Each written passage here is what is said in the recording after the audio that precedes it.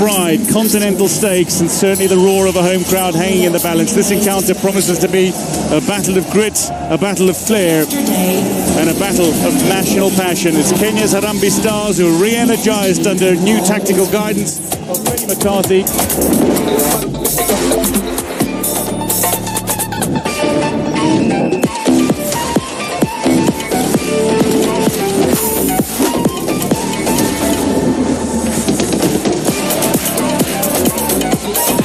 Let's bet on Africa. OneXBet. Here, we're known for our sense of service. It's all about finding ways to support you. Day after day, doing everything we can to be useful and providing energy in all its forms. Everywhere, every time, all across the continent.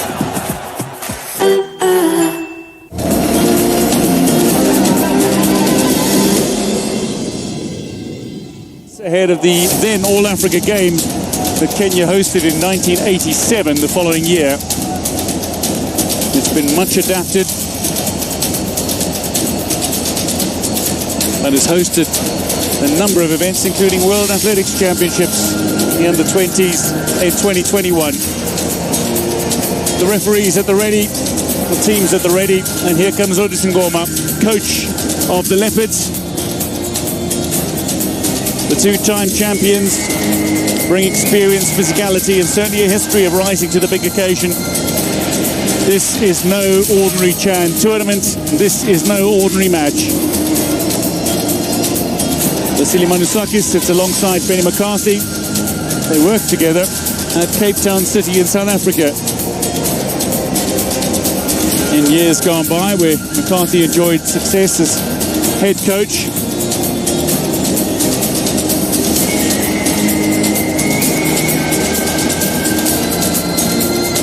only home-based players are eligible to play in the Chan, as it's more commonly known. But it really is a platform where raw domestic talent collides with continental and indeed international ambition. All eyes will be focused on the turf, where the future stars and national heroes will look to etch their names into African football folklore. The battle mere minutes away.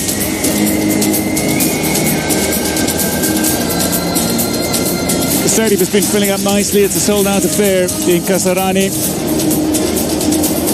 And listed around the venue, you'll see the name Pamoja, the tournament slogan, the Swahili word meaning together, and it signifies unity, collaboration, and working in harmony. Very much the theme of the first major CAF tournament that enjoys three hosts. This is the Total Energies African Nations Championship of 2024, co-hosted by Kenya, Tanzania and Uganda.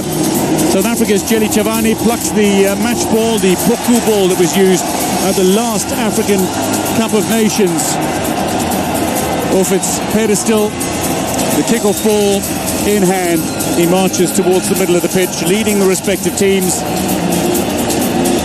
DRC not in their traditional blue, but in white colours today, up against the Kenyan side, clad in red and green.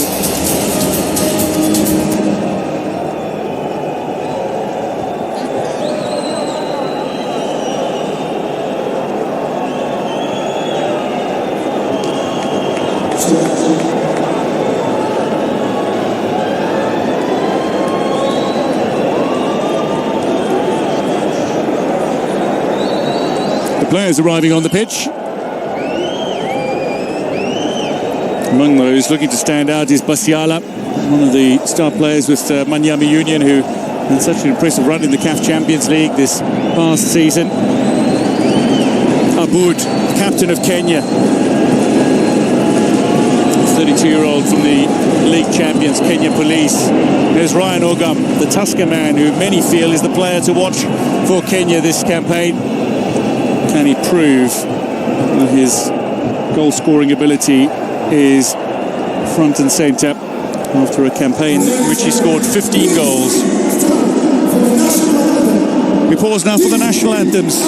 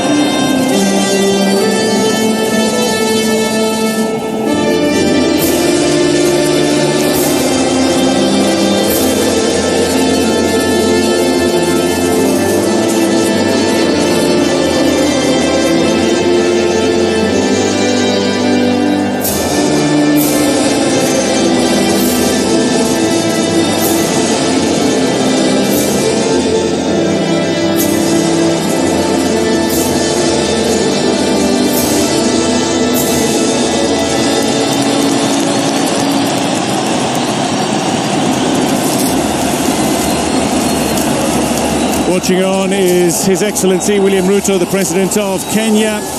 Mungu Nguva Yetu, which translates as "Oh God of all creation," rings out around the Moi International Sports Centre in Nairobi. That followed on from Tebu Kongole. Let's take a look at how these sides line up. Kenya, the starting 11 that includes Bayo Umondi, as he's more affectionately known, the Bandari keeper. Omar Aboud is one of the stars of the show. The 32-year-old captain will start down the left flank. An opportunity for the likes of Mansour Owino and Omija to impress alongside him. Austin Odiambo will be another player to watch undoubtedly. Sakari brings a host of experience, as does Masud Juma. Ogam and Sakwa are the two players given the task of starting up front for a Kenyan side that has plenty of depth. Watch out for last-born Austin Odongo, hoping to make an impression off the bench for Benny McCarthy's side today. The domestically based Harambee Stars making their tournament debut. These are the 11 players who've been gifted the opportunity to represent their country on home soil. Could there be a greater honour? They're up against this outfit, though. It includes the likes of Papi Kokelea, one of the Lupopo stars, who feature as part of the starting lineup. Let's confirm the match officials for you as Aboud and Mika Misha, the two captains, gather for the coin toss. Shelly Chavani of South Africa is the man in the middle, a 29-year-old.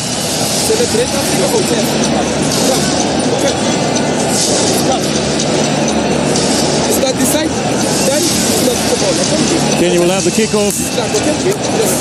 Mika Misha has won the toss.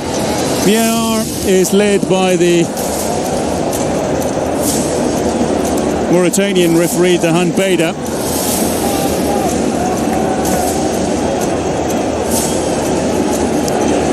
Democratic Republic of Congo line up with Rodele Fongo in goal. Dominic Mukonzi Kalonji among the stars defensively. Tumba. Watch out for Mika Misha in midfield. He's a previous winner of this tournament. Won the tournament in 2016 when he was part of the Don Bosco squad. Motobo is a standout young player from the new league champions in DRC. And Jeff Kitambala is given the responsibility of starting up front as the main man, the Maniema Union scorer, who has found some impressive strikes this season. Benny McCarthy takes charge of Kenya here and now. The 47-year-old former UEFA Champions League winner. And he's up against a man who he knows rather well. They met in London some years ago, Otis Ngoma, a man who took over from Florent Ibenge, a man who was in charge when DRC won in 2016, shortly before the last edition in Algeria. Ngoma looking to right the wrongs of the previous campaign. They had a relatively average campaign in Algeria. They were without a win. And in fact have gone 4 matches without claiming victory. If you go back to the tournament before Algeria as well.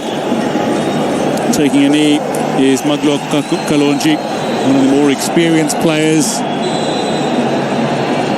Jelly Chavani of South Africa gets us underway. Kenya make their African Nations Championship debut here and now. They turn out in the red up against a white-clad Democratic Republic of Congo, the two-time champions crowned in 2009 and 2016. As Aboud immediately feeds back inside towards Mansour, who's under a little pressure.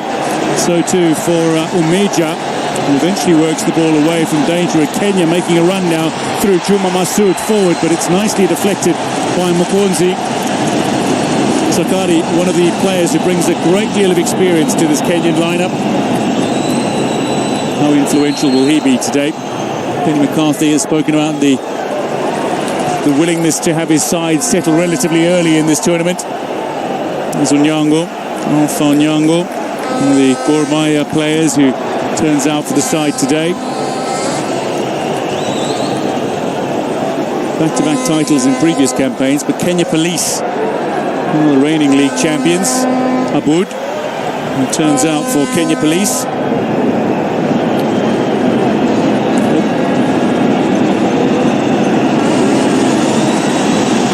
Lovely ball in over the top, more work for Mukonzi to do. This time denies Sakari possession down that far flank.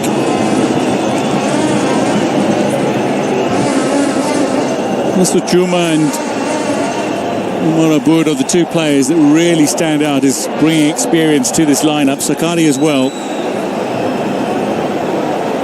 And it's been a Kenyan international since 2019. Here he is, ball in hand, looking for the long throw potentially. It's right opposite the 18-yard area of DRC. Very long throw, like a bullet. Pushed its way into that 18-yard area, but nicely defended. Kamisha and Tambala looking to use their height. Tambala working the ball away from danger. Back with Manzour. He dreams of European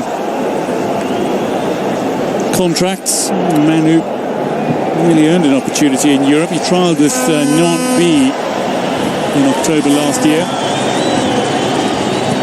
Aboud can't squeeze the ball past Ndombele. One of the standout players with Manyema Union this past campaign. A bit of trickery from Austin Odiambo, but he doesn't come away with possession. Musiala it was. He fed the ball out wide and then looking for Kitambala. DRC trying to impose themselves early on. Host nations have performed historically rather well in their opening fixtures. There's Sakwa. Delivery toward the back post, the slightest of touches from Mifonge. The offside flag is eventually going up. Sakwa getting in behind the Democratic Republic of Congo defence. He had strayed into an offside position.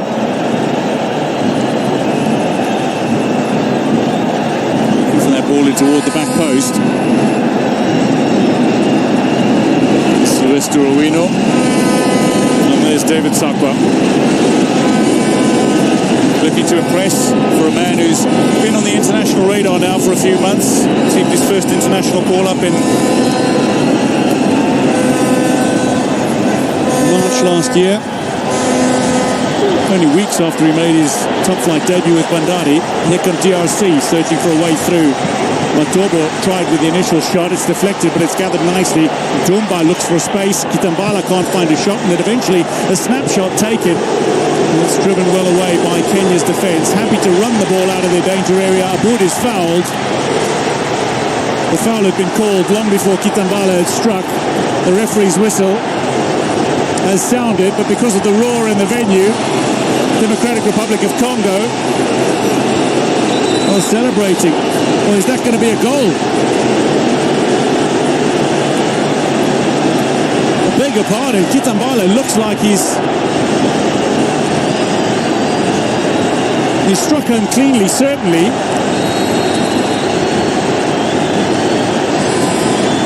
A couple of Kenyan players who were down. Aboud after the cutback on the inside.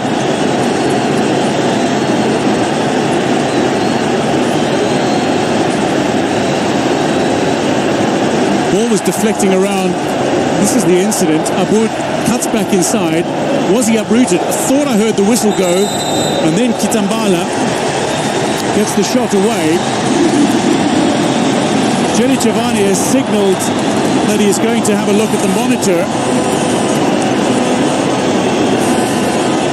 Now this is the incident. I thought he had actually blown his whistle for this foul. Taking out the trailing leg of the captain Aboud is Basiala.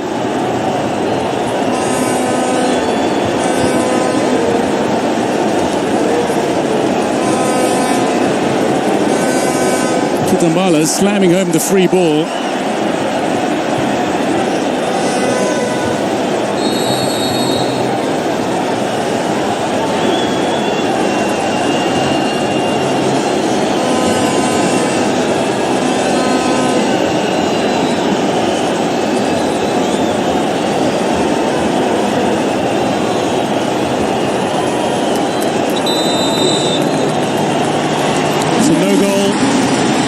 A free kick to Kenya. Kitambala denied, but a clear foul and justice has been served. Aboud's trailing leg taken out by Basiala. Kitambala then capitalised on the loose ball. So no goals as yet, but indeed an intriguing start. Chili Tuani, the South African referee, when he shot to prominence in South Africa, was a taxi driver by day and a referee in the South African top flight by night. Wood making a telling run down the steer side flank, but nicely worked away by Osen Dombele. Very no-nonsense defender who impressed in the CAF Champions League's past campaign. Under a little pressure here, Omondi. Umija flicked forward into the path of Musu Juma. Picked up here by Nisan Dumba. Scored in the qualifiers against Chad.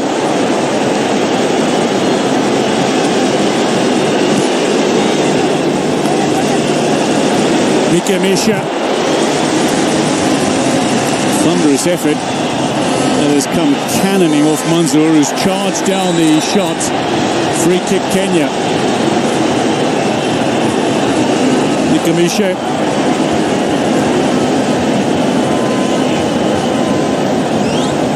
Maybe a little frustration of having seen his shot charged down moments earlier. This is the incident again.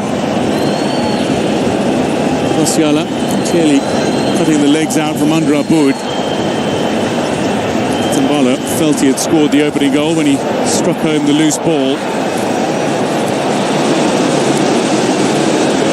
Now wide, Vieira.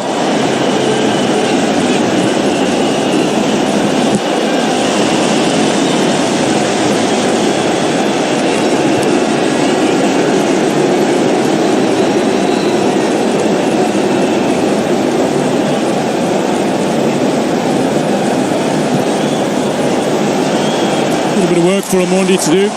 Good footwork, the Bandari keeper.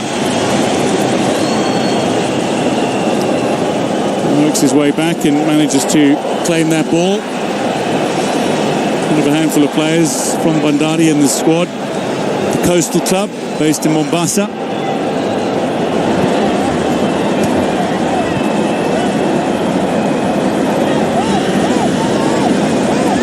Uino.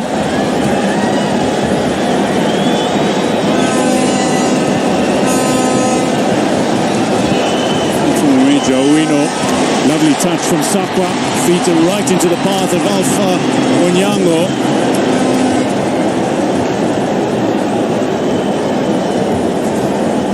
Kamishe.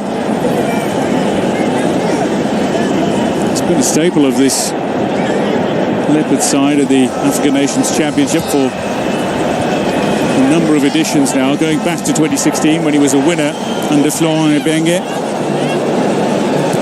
In 2020 as well, when he was with Mazembe, and for the last two editions in Algeria and here, he's been part of the Lupopo side. Domba is part of the Lupopo side currently as well. Causing a few problems for Kenya down that far side flank, and landing very awkwardly. Basiala. Play on is the call. Again, a little run from Domba, and that'll be a free kick to Kenya, but Basiala just holding on to his lower back. So 10 minutes have come and gone. No goals as yet, but certainly plenty of drama.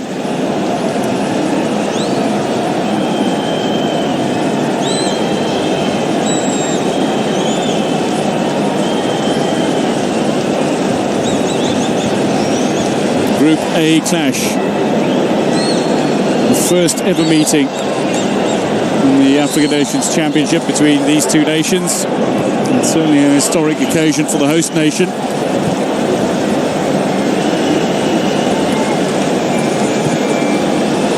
Confirmation that it's goalless in the early stages of this tie. Kenya looking for some expansive play now. Austin with a little touch, clinical touch back to Ryan Ogam. And he can only cut it back into the pass of Brudele Fonge. Basiala. Dombele looks long up towards the very physical Kitambala. despite his size, has brilliant ability to dribble and finish.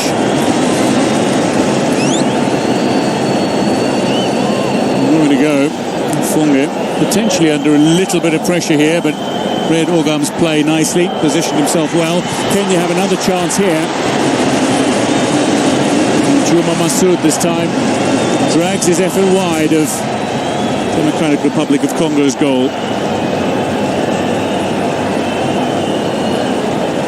Getting into good positions are Kenya at the moment. Not quite taking advantage of those positions.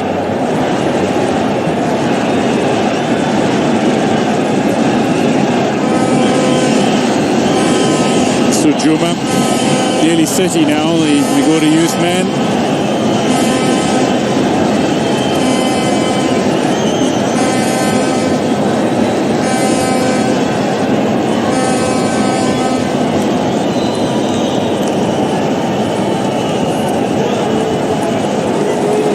Long from Ifonga, looking up for Kitambala. A little bit of a bustle in midfield before Nyayo went down.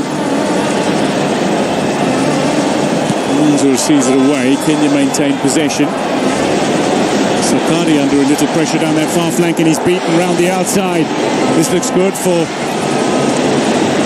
this Congolese outfit. Leopards on the charge. Nobody there to find the finish. Delightful looking ball in. Abwood looks to protect that ball as it heads towards the sideline, and eventually it does. Wonderful work from Ibrahim Motobo down that far side. He's been one of the standout players for the new champions in Democratic Republic of Congo, the Aigle de Congo.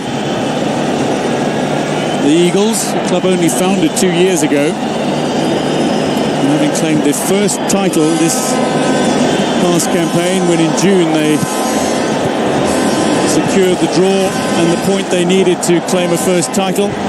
Historic occasion. 4 of those players in the lineup here for Democratic Republic of Congo.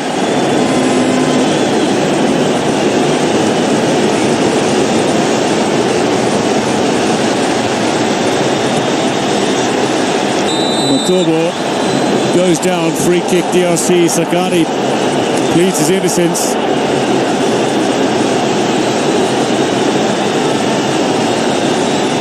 And caution for Sakari. Very physical player. He was more of a rugby player at school. He's certainly not afraid of getting physical. Here's the run by Motobo. Just beating Sakari for pace. As he took the ball out of the path of his trailing foot, he was brought down by the Kenyan fullback. So set piece in a very handy position here for the Leopards.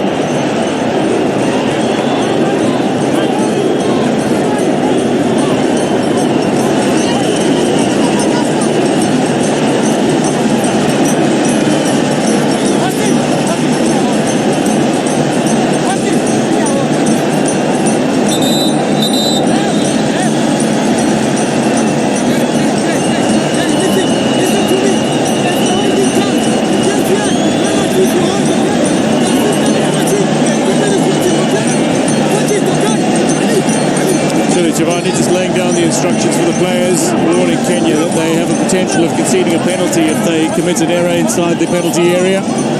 Masiala over this.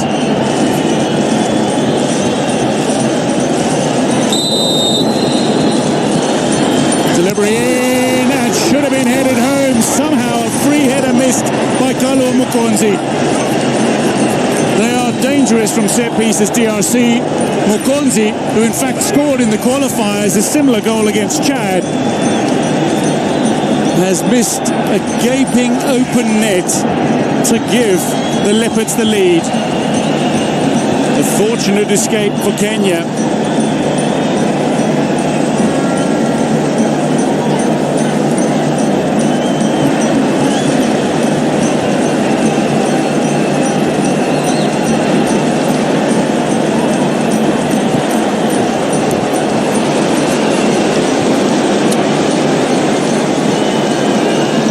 combination play, and Tumba and Matobo on that left flank. Here's Mikamishe.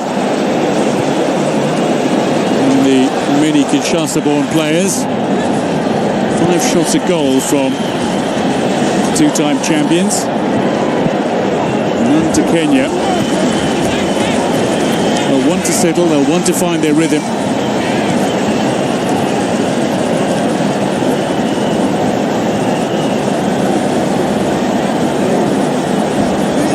Aboud. Starts a challenge. Vieye.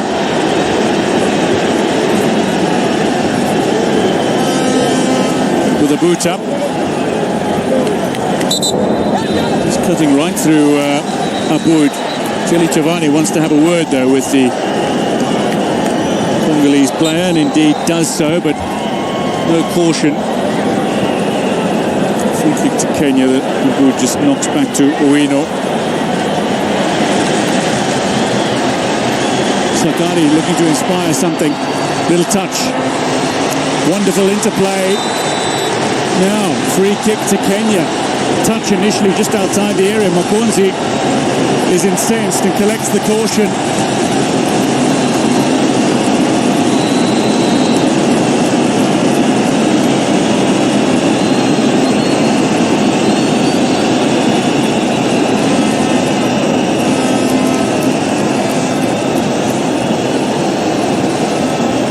Mokonzi trying to track. Catches Ryan Ogam. Sakari with that little interplay.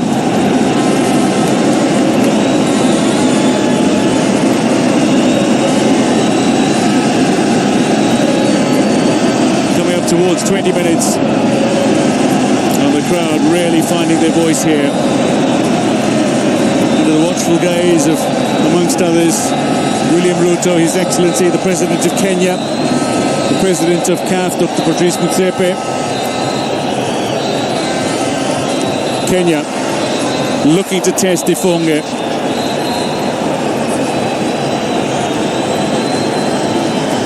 A metre outside the 18-yard area of the Leopards. Kenya on the attack. Aboud looks to go directly at goal, and a cry of frustration. And some frustration, a wince from Winnie Josephs, the goalkeeper coach. Long-time South African international. One of the all-time great goalkeepers. Also a long-time friend of Benny McCarthy. Kitambala, little head on. Basigala should get on the end of this. Aboud is watching him, marshalling him. And Aboud comes away with possession, showing his experience here. Stayed on his feet, calm and composed. That ball swept away by Manzour. It picks out Ogam. Sakari has it now, and he looks for Austin. Another free kick to Kenya, just inside opposition territory. Vieye. Second time he's been spoken to by referee Jelly Chavani.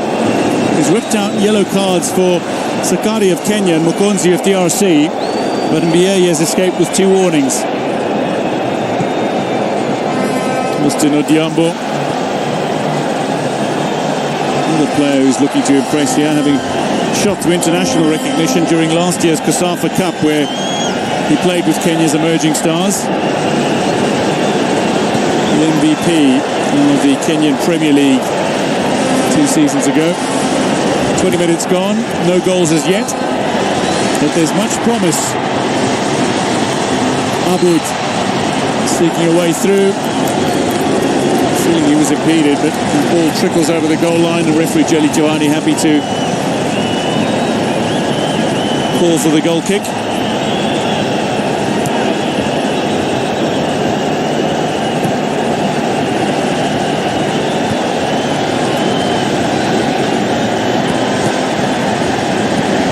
Six shots a goal between the sides, no shot on target as yet, so the goalkeeper has really been tested.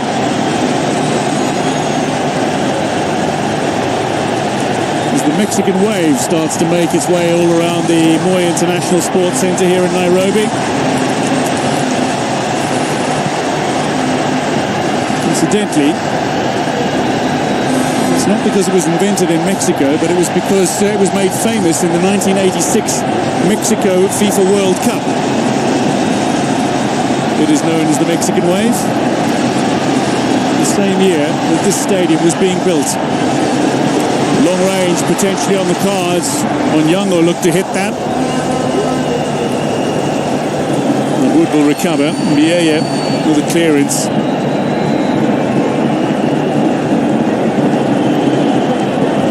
There's Manzour, player who says he's been working on himself both mentally and physically this past year. Somebody who is impressed at youth international level for Kenya, under 18s, under 20. Cut back inside from Sakwa. Again, on the end of it, Sakwa cuts between two Congolese players. Back with Bieye.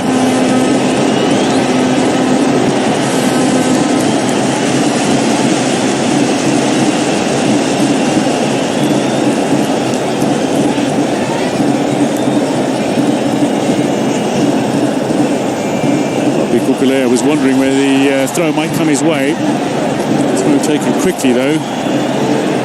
On the far side, nearly worked a wonder for DRC. Jumba, somewhat surprisingly, given his skill and ability, can't keep this ball in play. It's Kitambala.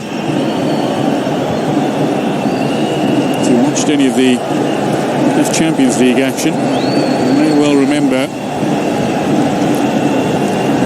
his goal against Mamelodi Sundowns, where he dribbled half the team and then scored a near side wonder goal against Ronwen Williams.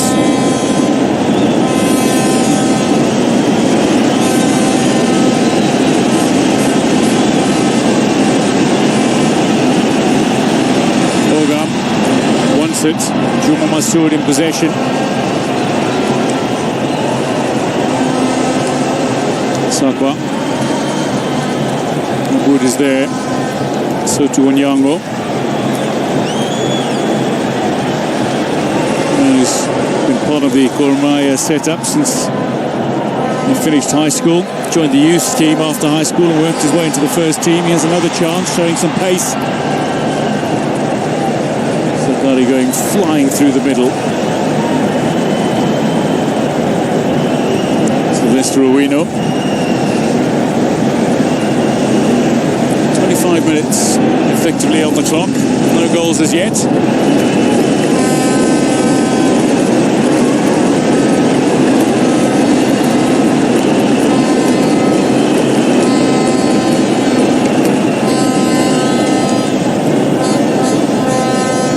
It's positive for Democratic Republic of Congo is that they've managed to create two shots from inside the 18-yard area of Kenya. Kenya's only effort was the set piece that Aboud took from just outside the area. Right over the crossbar. Kenyan side though, like Democratic Republic of Congo, lost a host of players during their preparation camps for this tournament because they were signed by clubs playing outside of the domestic league of their respective countries.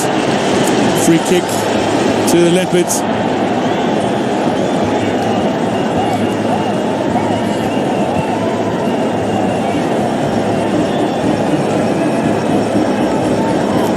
Going down. Kenya, having lost the likes of Emmanuel Osoro and Moses Shuma, top two scorers in the Kenya League this past campaign. They both completed transfers to Zambia Premier League side Power Dynamos. Mohamed Ali Omar Bajaber signed for Tanzanian giant Simba, who's ineligible to play in this tournament. Also losing Pamba Swale to a medical condition and Brian Musa to a thigh injury.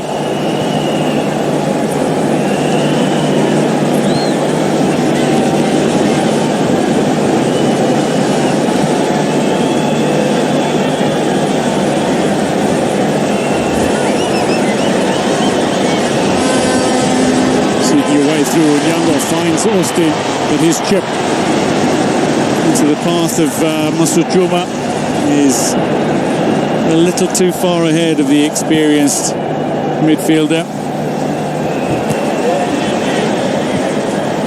It's discovered by Shavana in an national talent search back in 2014 was Nostra Juma. Went from strength to strength. Fine challenge by Owino, coming across nicely.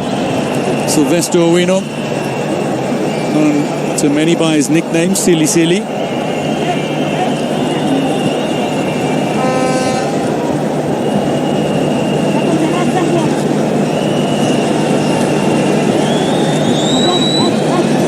Kitambala, with touch. Full flick on. Must be out of play, and another throw into Leopards. Pressure not released just yet. Meja with the clearance.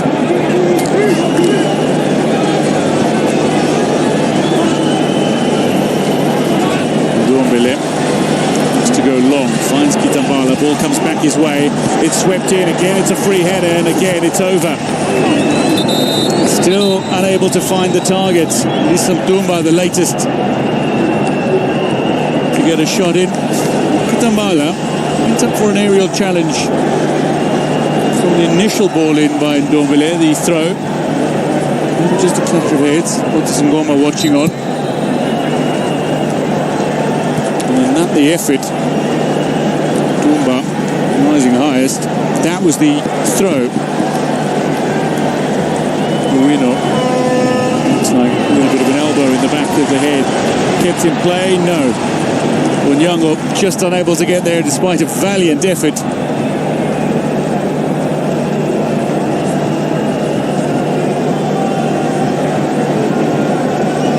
McCarthy watching on. Comes out to the edge of his technical area.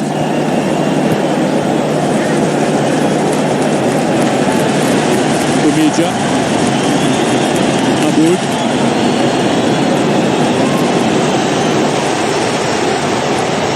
Austin, that's beautiful, beautiful interplay. Mr. Juma couldn't find the finish. Denied by Afunge, but I think we've had our first shot on target in this game. Recovered by Sakwa. Played back to the halfway line. Manzour now.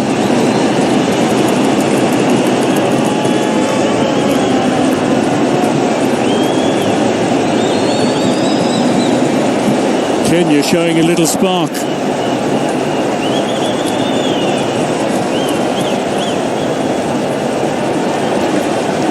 Pasiala. Mikamishe.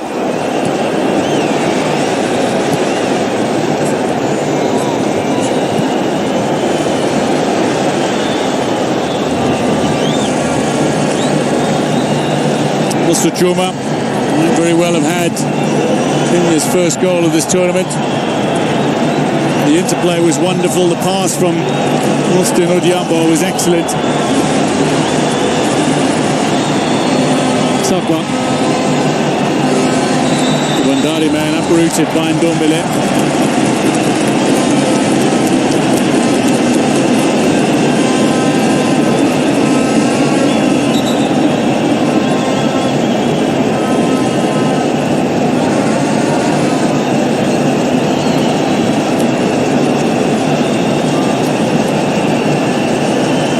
Half an hour gone, goalless it remains. Kenya seem to be building in confidence and have just registered the first shot on target in this game. Austin Odhiambo, former AFC Leopards man, stands over this. A little too close to Afunge, who courageously comes and punches the ball away. Onyango brought down by Pasiala. Free kick Kenya.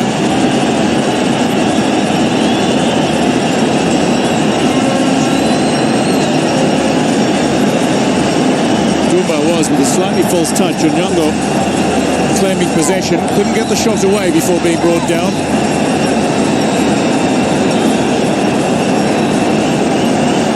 So Afunge with a little bit of work to do in the last couple of minutes after spending the bulk of the opening half hour without much opportunity to showcase his goalkeeping ability.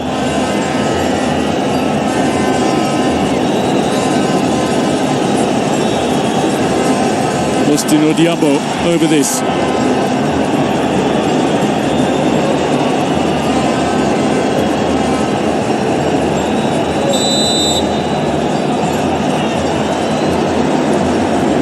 Slipped into space, comfortable for the keeper. And a wasted opportunity that sends Benny McCarthy in his technical area into disappointment mode. Certainly felt aggrieved after that wasted chance.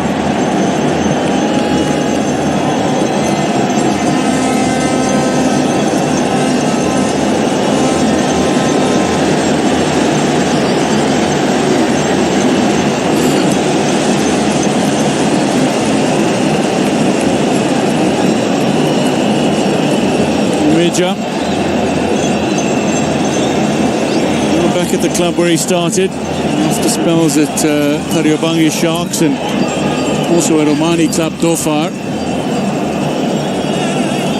Just helping out as Matoba made a charge down that far flank again.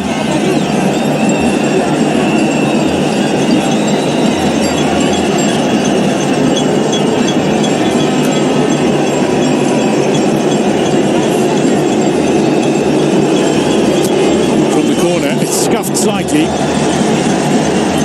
allows the clearance at the near post. They're recovered. Juma unable to send the ball convincingly clear. DRC have another opportunity here. Kenya look to clear their lines and up to try to run it out of their danger area. The idea was good,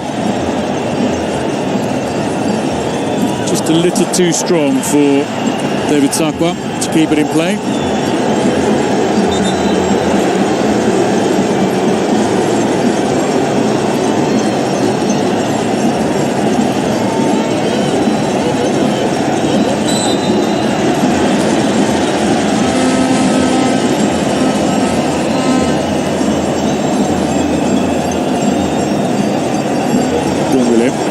Kitambala, who's double teamed.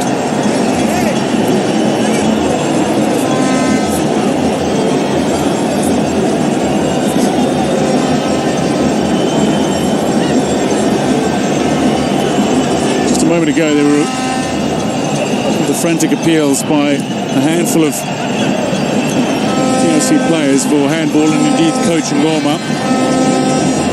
The AR check quickly concluded there was nothing in the incident. No handball had occurred. Free kick on the halfway line. Mr. Juma down.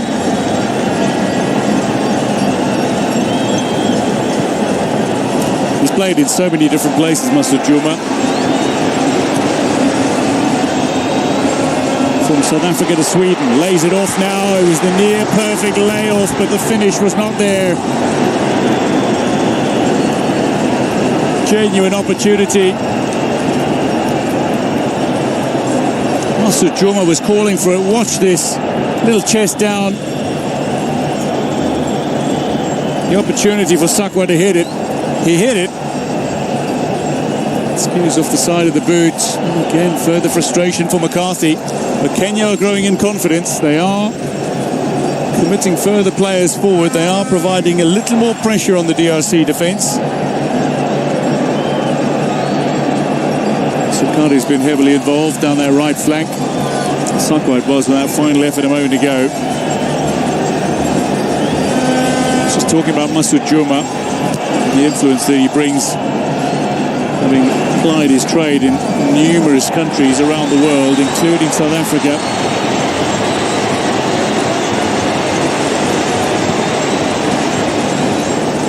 Morgan.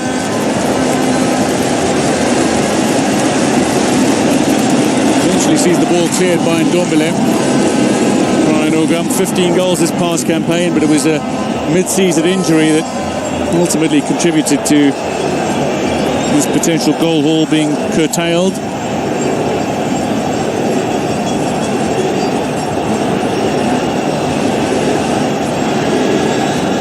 It's Masoud Juma alongside Hussein Ndombele.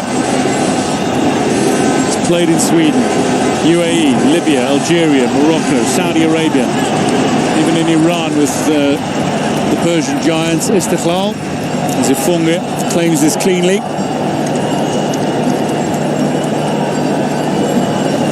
Ndombele.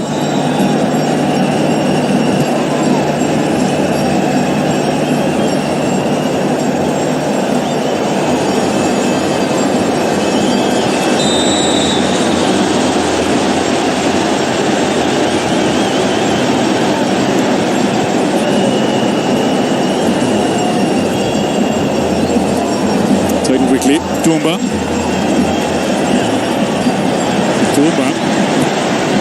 Swimming past a couple of players.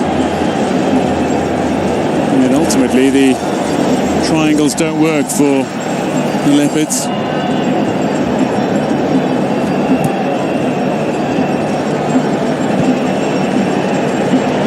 Possession very much favouring the home side. They haven't been able to make use of it quite as they would have liked. The foul count is rising. A couple of yellow cards issued as well. Kenya, delivery from the far side. It was in towards Ogam, who was just unable to reach it. Ifunga gets firmly behind it. Sakari it was, with another telling run down that right flank. Not too far away from Ryan Ogam.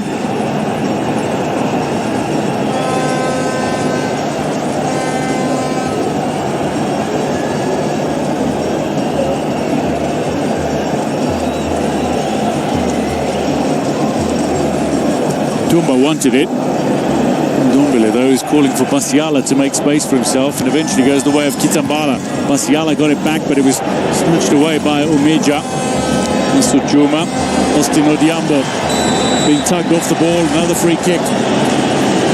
Nikamishe unhappy with the call. Wearing the captain's armband this edition.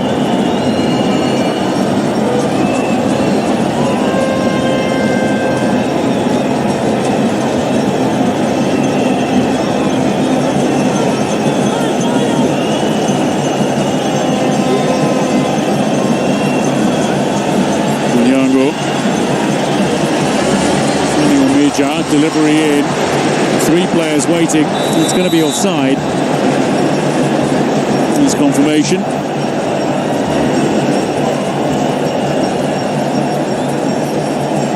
Joel Unkado of Liberia, the assistant referee on the far side, and Suleiman Amaldin of Comoros on the near side. Masujuma just straying.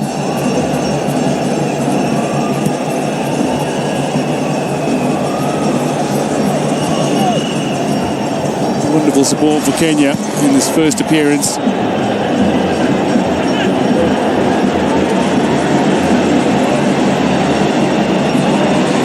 Ndombele with a little cut back in towards Basiala, but that was well snatched away.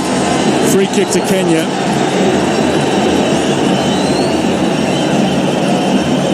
Manzur it was, bumped off the ball. There he is, back on his feet. The only KCB player in this lineup.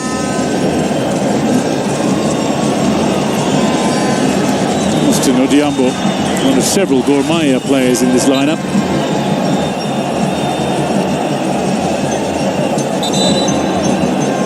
A couple of fouls that Ndombele has committed in recent moments. Billy Giovanni just has a word on his way past to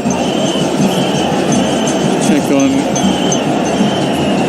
Kenya's Masud Juma. Benny McCarthy from a few yards away.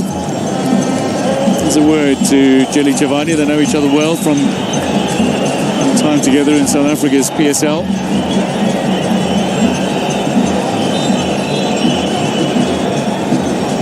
Aboud Onyango.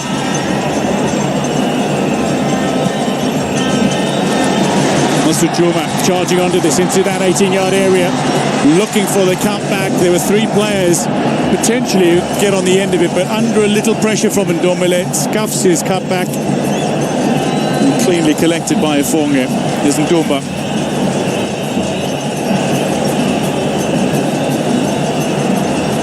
Coming up towards half-time, goalless it remains.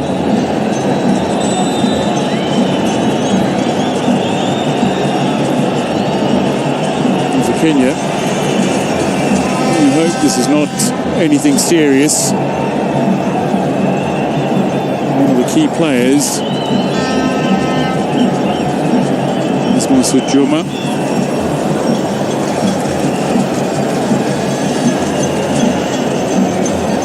Sakwa.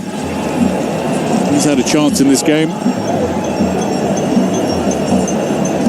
Still plenty of opportunity to light up this tournament. This is a little chest down by Masud Juma. Teed up for Sakwa. Struck it firmly, but a little waywardly.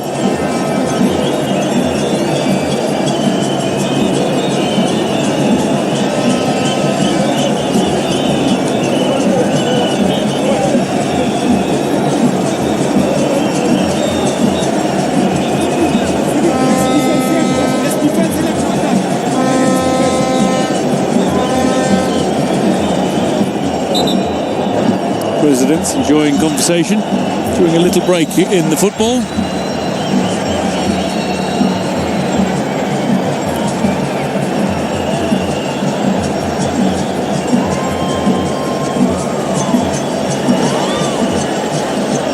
Biella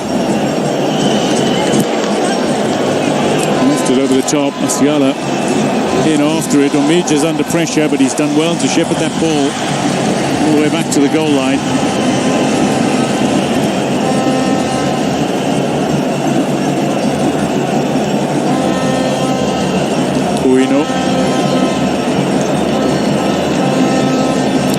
Played a pivotal role for a couple of seasons as Romayo went back-to-back for league titles. The record champions after he made his way to the club from Kakamega Homeboys in October 2022. Very stable, composed defender.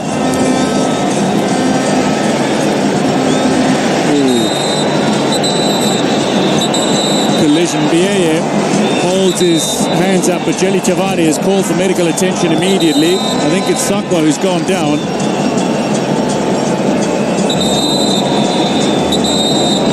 Clash of heads, and the medical attention has been summoned rather urgently by the South African referee. Coming up towards half-time.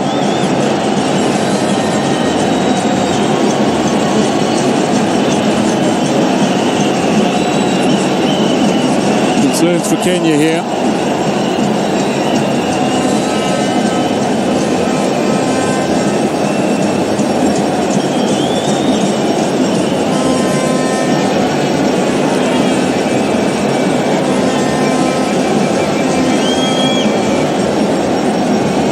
McCarthy using the opportunity, the little blanket play, to feed instructions. Owino, the latest to receive instructions. The good news is Sakwa is seated. Just a clash of heads, it seemed, between Sakwa and Biella.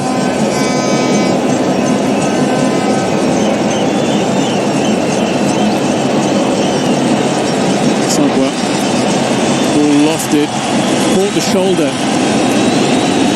But a very firm shoulder from Biella. As we hit the 45-minute mark, Sakwa is back on his feet. He's been ushered to the sideline. And 4 minutes of additional time. This is Patrice Milazar, the Mauritian fourth official. A head injury assessment by the medical team, and Sakwa seems ready to go. Play will get back underway from a drop ball because the ball was in play when the referee stopped for the potential head injury.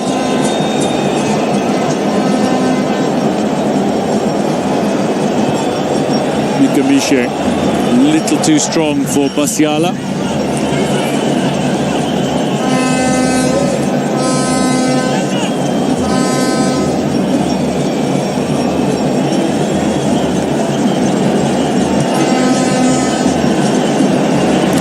Teams that have brought much changed lineups and squads to this African Nations Championship. Democratic Republic of Congo is one of them. Kenya looking to advance their cause, looking for a goal, and they find it brilliantly in added time. It's Austin Odhiambo with the strike that sends Kenya into rapture.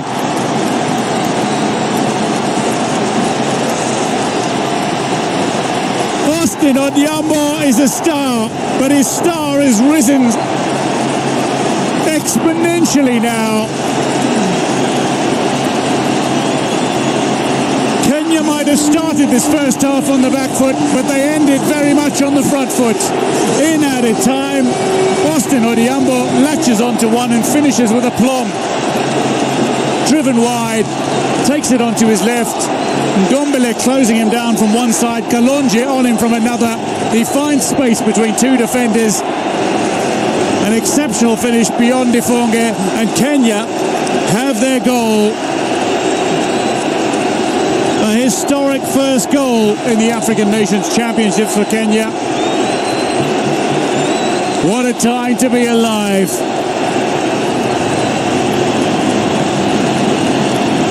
They will celebrate from Mombasa to Malindi, from Kisumu to Nairobi. They'll be dancing in Kakamega, in Nyeri, and indeed celebrating in Eldoret. Kenya have been brought to life by a late first half goal from Austin Odhiambo.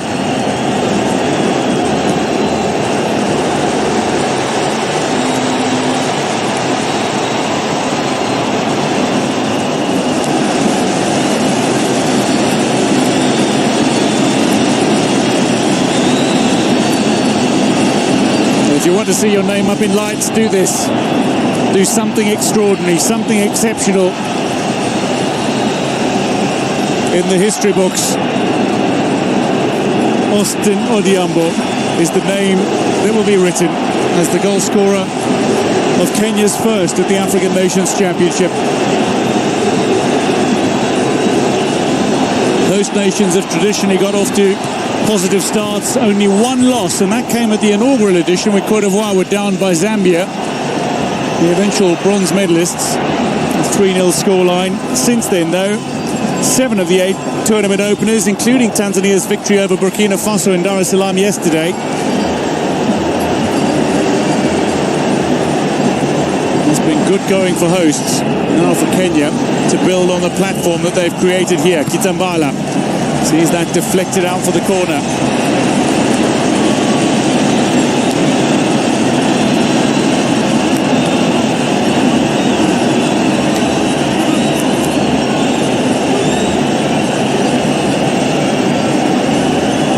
Musiala to take. Kalonji's forward. Mokonzi there as well. Both excellent from set pieces, as is Ndombele. Omondi called for it, and then a scramble. Eventually the ball cleared off the line by Omija. But goalkeeper Omondi is asking questions of the players around him. It shouldn't have been quite so challenging.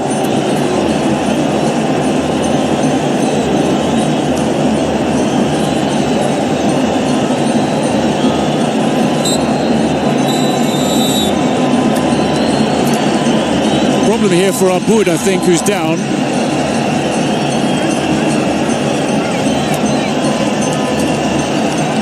And that will be it.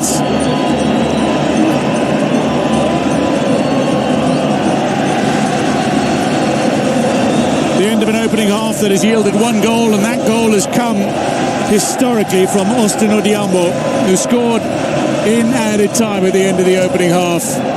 Half time, Kenya 1, Congo DR 0.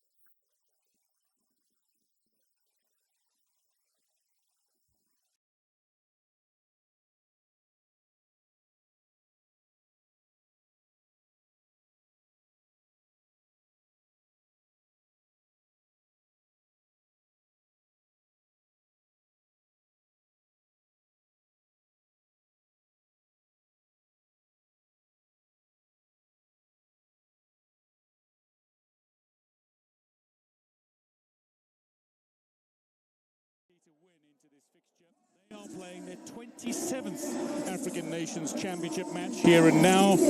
Kenya are playing their first. They bring a certain effervescence and experience as well, despite the fact that only one squad member has genuine experience at this level. African Nations Championship. That is the captain in Mika Mishe. There's the goal scorer for Kenya, Austin Odhiambo, and there was a rampant goal scorer in his playing days, Paddy McCarthy.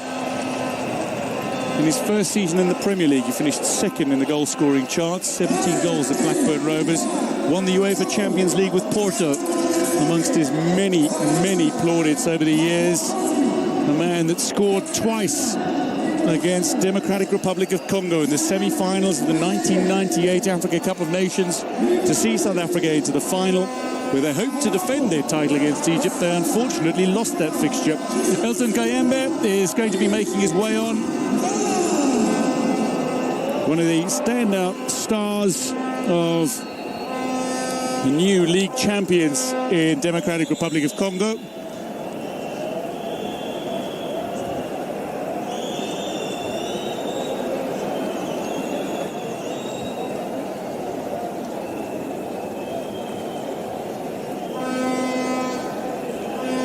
Josue Kazema from St. Eloi Lupopo. Fine winger he is. Both 24-year-olds. Making their way on now. It's a double change. Mbieye is off.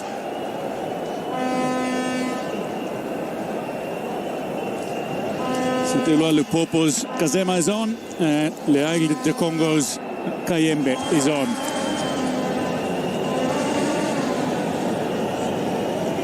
Half-time changes. Second half is underway. Kenya, who turn out in the red, are the side who lead by a 1-0, courtesy of Austin Odhiambo. Historic first goal. And an assist, lest we forget, by David Sakwa.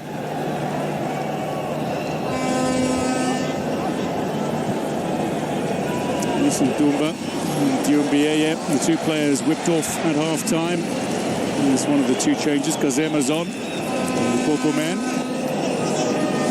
Looking to get involved immediately. You see, as we see the free kick awarded here. Aboud feels aggrieved and has a word with the assistant referee. Kazema winning the free kick. The tricky winger is Kazema.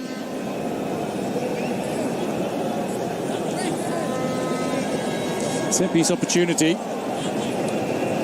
for a side making its 7th appearance and an 8th edition of the African Nations Championship, a joint record.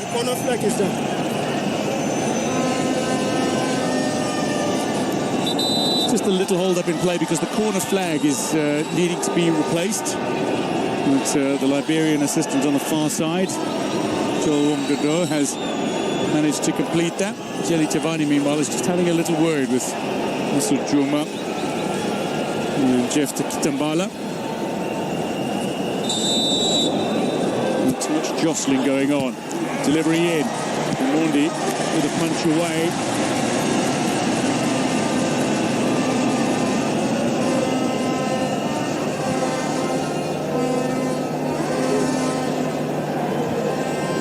Dumbele. To combine with down the far flank. There's a lovely ball in towards Matobo. Brings it under control, but lost a moment. Allowed little recovery time for Sakari. There's the goal-scoring hero. He's being wildly applauded as he touches the ball.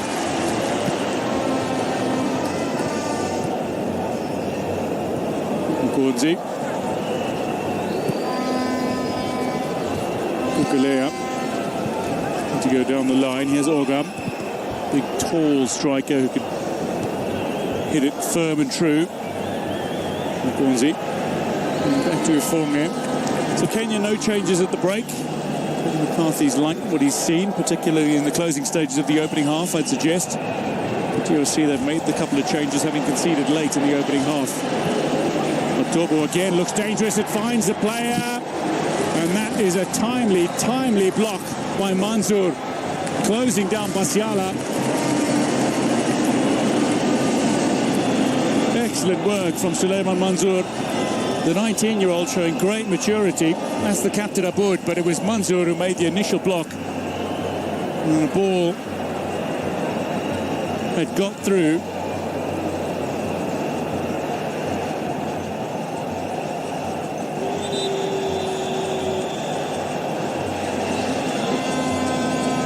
Again, a little jostling for position in the area. Mr. Juma and Jefta Kitambala getting to know one another a little too well.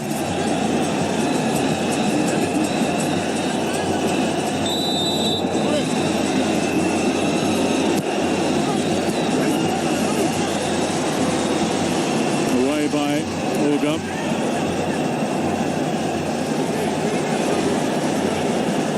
Basiala. Funyango. Still the Leopards maintain a presence inside that Kenya final third.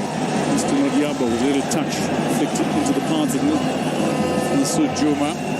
Controls it nicely, finds Onyango as well. Space opening up and a needed opportunity for Sakwa. Sakwa was making a brilliant run, but he's found Sakari instead. Sakwa looking to retreat to get on the ball. Sakwa recovers. Sakari's pass has gone astray. Now, Leopards again on the attack. Matobo, wily winger, and this one is a little off target. Under pressure from Umeja.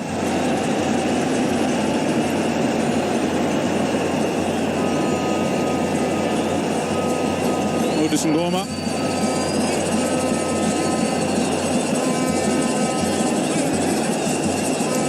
This DRC side over the years has produced many a familiar name in the African Nations Championship. Won the tournament twice. They've had player of the tournament named twice as well. The legend in 2009, Fezo Mputu, was player of the tournament in the inaugural edition that DRC won. And then Meshak Elia was top scorer and player of the tournament in 2016. Oh, Mikamisha. He hit a little late, but he's straight back on his feet. Onyango with an apologetic hand up to his opponent. Johnny Giovanni allowing play to continue. Advantage accruing for DRC. Kitambala bounces off the defender and then fires high.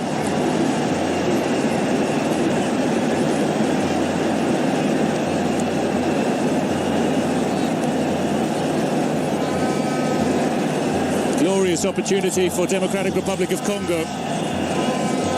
Mr. Owino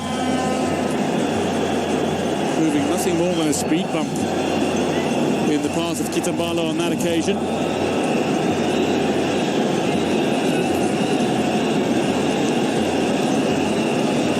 Owino has been steadily improving, and he made his international debut in September last year against Zimbabwe after impressing Kenya's emerging stars at the Kosafa Cup last year, where a couple of these players put their hands up, including Austin Odiambo,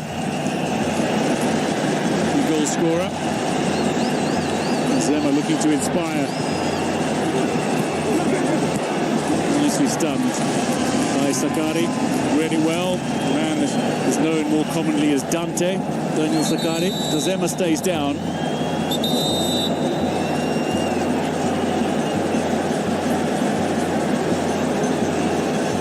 Zema just made his way onto the park, the tricky winger.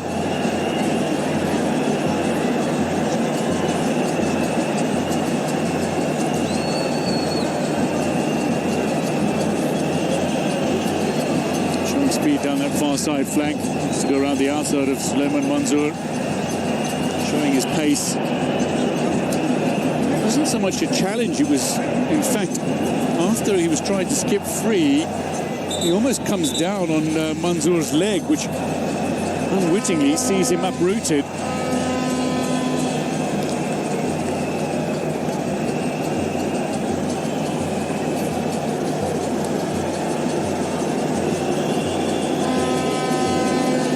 Back underway from a drop ball, and for Kukulea, the left back is Kitambala holding the ball up nicely. Basiala in support for Galea again, 3 players to aim at.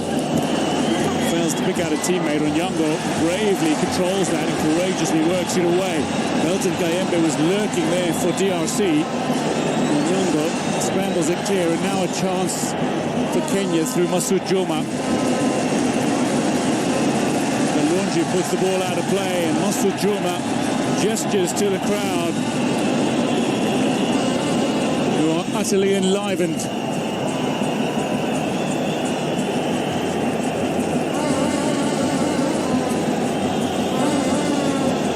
Making their Chan tournament debut. One of 2 debutants, incidentally, at this edition, alongside Central African Republic.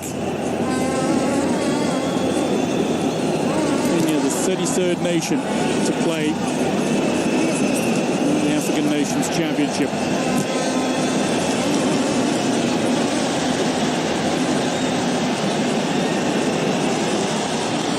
Abud with a little pass into a danger area.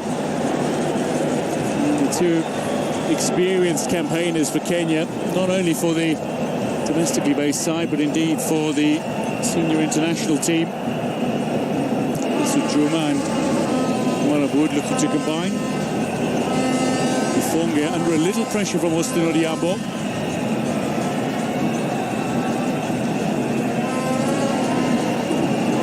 Congolese side that has missed only 1 edition.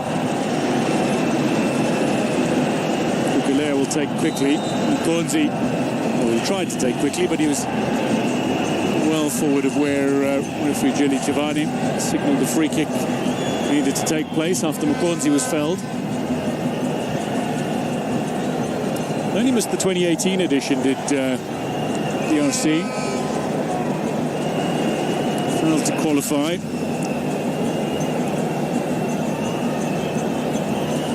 They are in danger of going 5 matches without a win if they can't overturn the deficit in this fixture.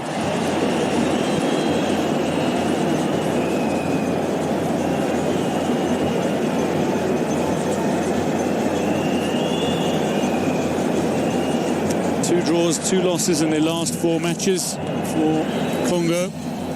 Democratic Republic, who find themselves down by a goal to Kenya here. They lost to Cameroon in the 2020 quarterfinals, and they lost one of their matches and drew 2 in 2022 in Algeria, which was incidentally their first winless tournament. 3 matches, no wins, no goals either. Drew with Uganda and Cote d'Ivoire, and then lost to Senegal 3-0, the eventual champions. Onyango steering it into the path of Ogam, who fails to advance it, but sends it back towards Sakari. Kenya Police star made his international debut while he was still at Kariobangi Sharks in 2019.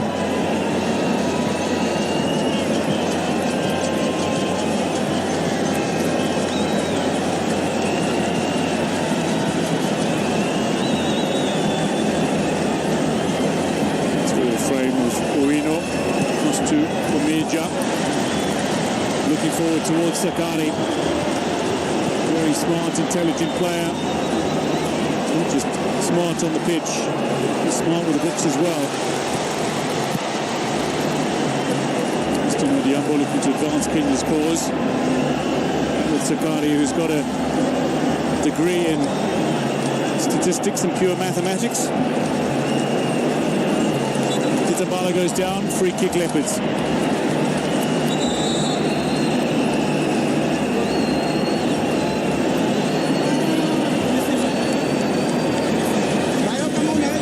Just afterwards it looked like a collision between Ryan Ogam and Ibrahim Matobo. 2 relatively young players.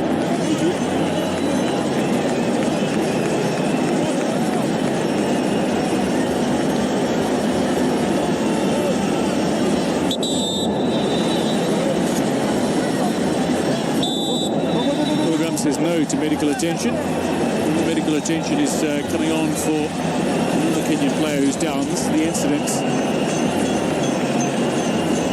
I'm saying that there was an elbow from Matobo. Looks like Suleiman Manzoor, the player who's down. He's made a few brilliant interventions for Kenya today. Looking to inspire a nation, are Kenya. And they're doing it under Benny McCarthy so far. They lead by a goal to nil. Musiala's been one of the standout players for the Leopards. McCarthy and Vasily Monosakis having a little chat.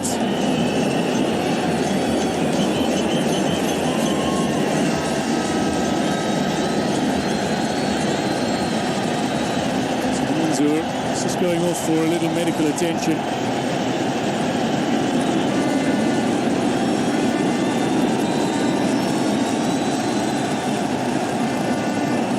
Play gets back underway and the Mexican wave begins again. Here's the substitute with a thunderous effort. Kayembe unleashing one from range. He's not a stranger to scoring, is Elton Kayembe. Was one of the standout players. This leg of the Congo ended up claiming a maiden league campaign in only their second season of existence in Lina Foot.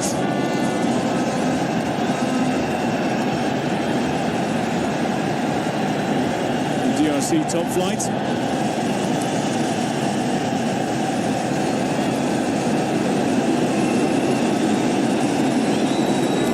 Really marshaled well against the significantly taller Kitambala.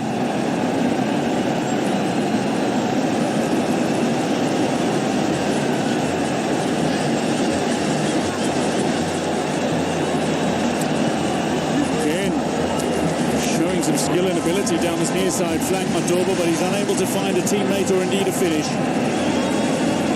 Kitambala was waiting.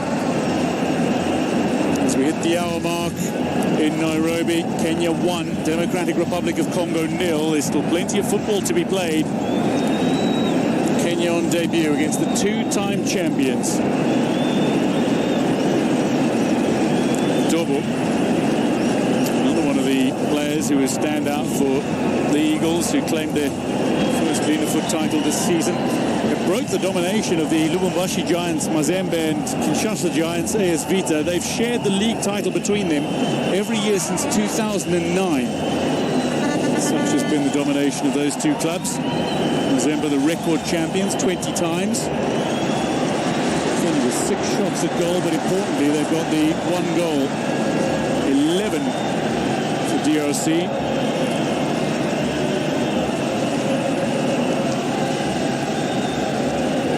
Disappointingly for the Democratic Republic of Congo, only one of those 11 has been on target. Really tested Omondi on a couple of occasions and missed gaping net. 2 free headers. Matobo. Kitambala looks to get away from Omeja. Find the pass away, and Kenya again show confidence in looking to run this ball out of their danger area. Swept forward by Oga, but it'll be cut out by Mukonzi. Sends it back towards Basiala. Kitambala's there to recover. The captain, Nikamishe, down the near side. Matobo again. They're using this left flank a lot more in recent minutes after using Kazema when he came off the bench for the opening few minutes of this second half. Midge with a well-timed challenge out for another corner.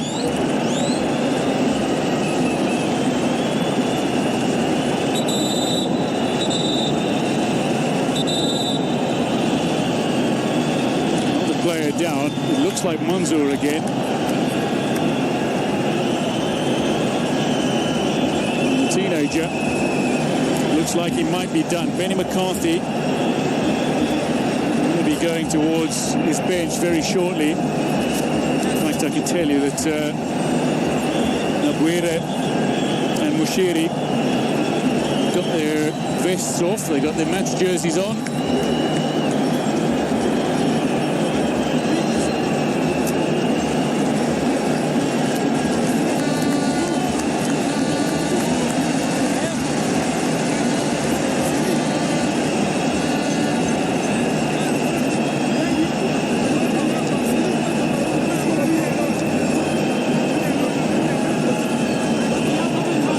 see we've got a promising substitution in prospect. A little surprised to see that Matobo is the player who's making way.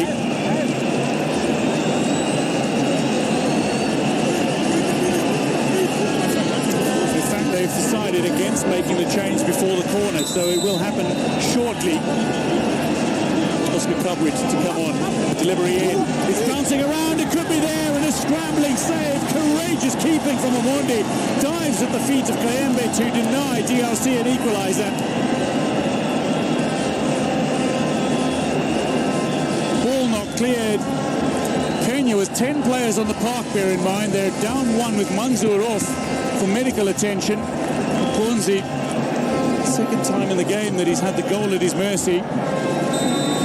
Fails to score. Free kick to the Leopards. Left back being brought down.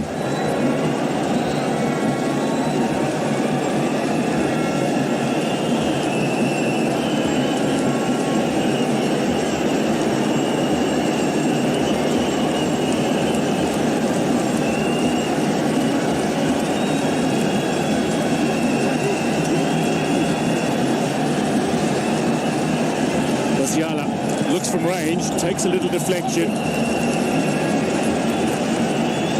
It's come off Kitambala, so it'll be a goal kick. Benny McCarthy looking to rile the crowd up, feeling they've lost a little intensity. Kenya lead. We're 25 odd minutes away from a famous victory. The Harambee Stars, who certainly look re-energized.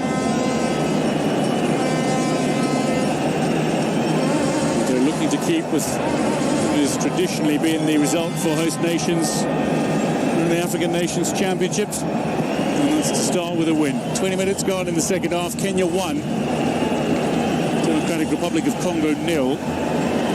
Omondi, rather remarkably, that ball not going to his teammates. Excellent distribution has by Omondi. National debut a couple of years ago against Pakistan. Delivery into Kitambala. Slightly off balance. He was backpedaling and unable to get any power behind it. Sees his effort wide. So Masoud Juma has played his part and he makes way.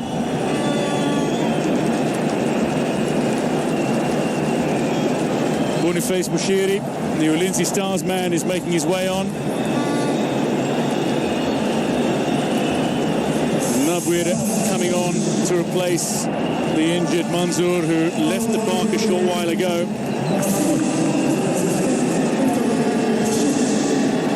The Kenya police man. So you've got Ulinzi Stars and Kenya Police. Ulinzi means defense in Swahili. Ulinzi Stars, the club that Mushiri plays for, the Defense Force club.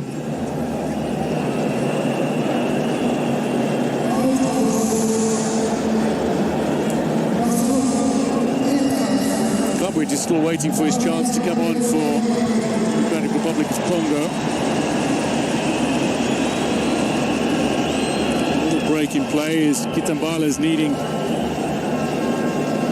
some help. Just stretching. There's Kabwit on the right of your screen.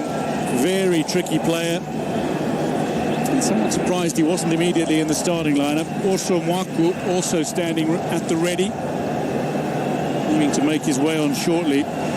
They are attacking players, both. So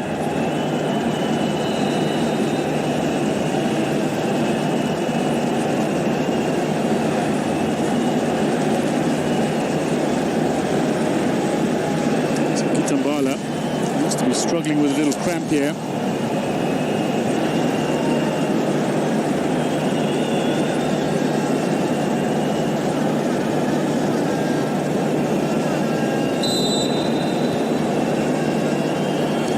Back underway. This was a short while ago. Backpedaling, just unable to reach it. And look to be struggling with cramp after that.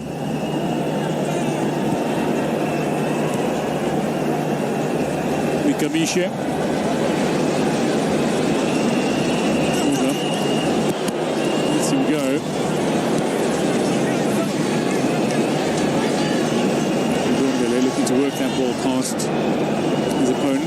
so. Tambala still off. A couple of substitutes making their way towards the halfway line. Information with the score. Just over 20 minutes to play. Kenya lead by a goal to nil.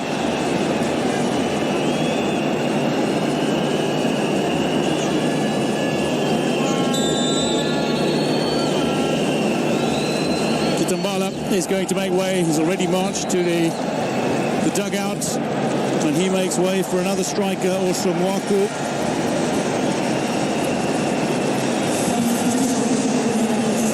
While Ibrahim Motobo makes way for Oscar Kabwit. Is Kenya hoping that Kabwit doesn't do what Kabwit often does, and that's score. Scoring both qualifying legs against Chad did Kabwit. Among his several goal contributions for club and country this past season. Tambala, his day is done. And Kabwit, unlike the bulk of his teammates, is a full DRC international. Plays under Sebastian Desabre, who is here in Nairobi supporting Otis Ngoma and the players.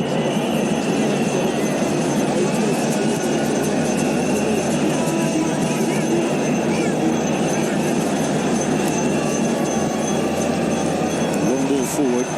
Uwino seeking Sakwa. Couldn't quite find his teammate.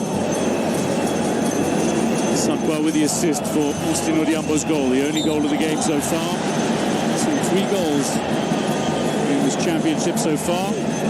Tanzania getting off to a 2-0 victory over Burkina Faso in the opening fixture in Group B. Sopu from the penalty mark. And then Mohamed Hussein, the phenomenal left-back who's contributed so significantly to Tanzanian success over the years, scoring a very fine-headed goal, his first for his country.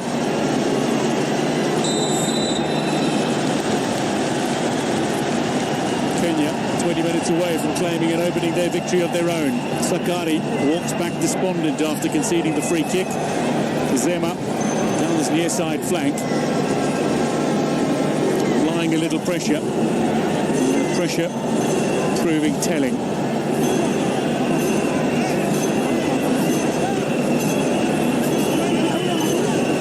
Rapi Kukulea, the Popo man, stands over this. He's actually just marched away because Basiala's come charging in. Basiala lowered flat, but ultimately not testing for the Bandari keeper Omondi.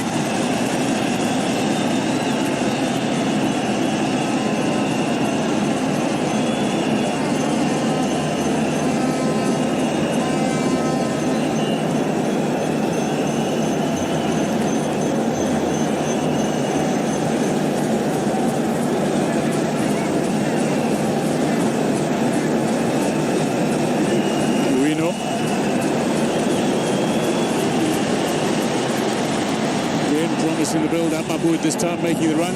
Possession has changed significantly. The Democratic Republic of Congo enjoying far more possession in the second half, and they've nearly levelled it out. Kenya had nearly 2/3 of the possession across the opening half. The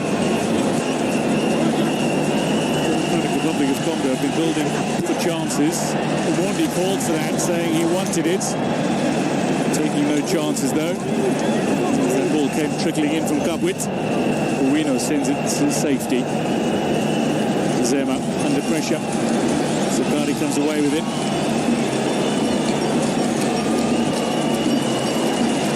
Little chase on for Olga. He's got some pace about him, but Kulonji is quick to react. Tipi Mazembe man steers the ball away from danger. Recovered by Sakwa. Kulonji has possession. Problems for Kenya. Onyango is the player down, and it looked like they had the ball in a good position. The referee Jerry Chavani noting that Onyango is down. Holt's play.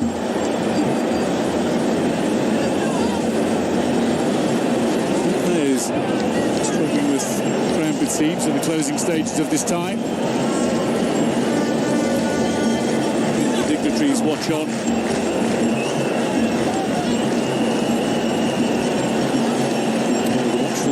of President Dr. Patrice Motsepe and His Excellency William Ruto, Kenyan President.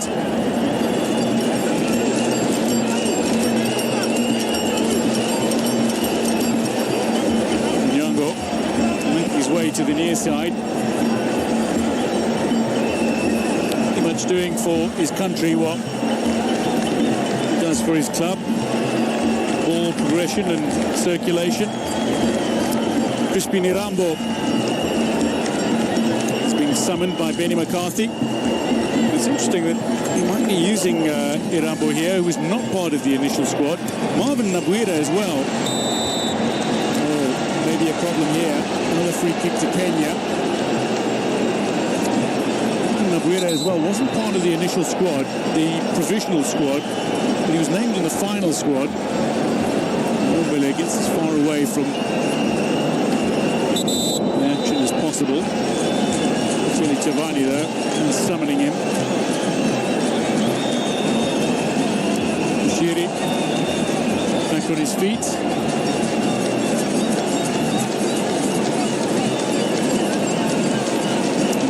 Back on the park. Looks like Benny McCarthy's going to make a triple change here.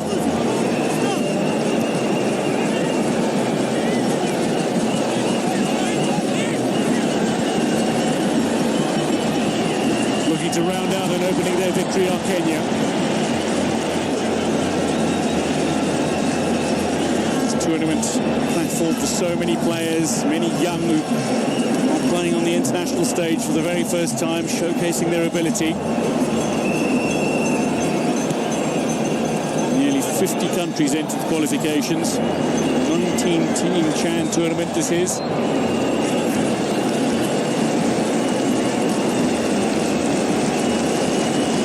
Minutes plus added time to play. The Democratic Republic of Congo know they're running out of time if they are to overturn an opening day defeat. They know the significance of claiming an opening day victory. They're a side that have advanced past the group stages in all but one of their previous appearances. And that was last time out in Algeria.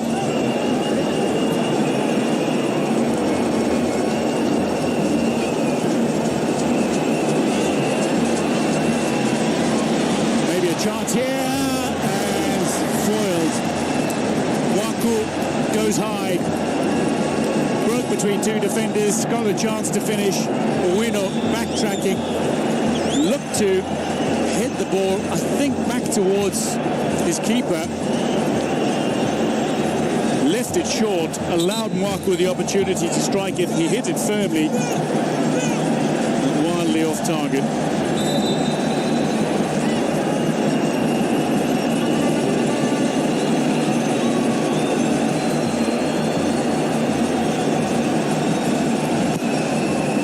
Getting play back underway. Brought down by Nabwire.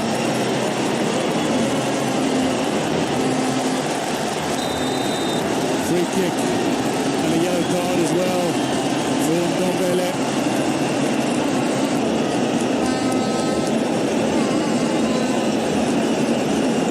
Good pressure down the far side, Mushiri. Showing his pace, Ndombele.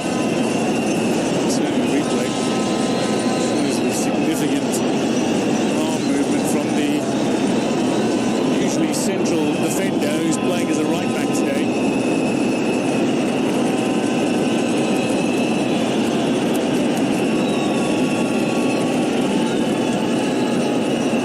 It's a free kick in a very handy position.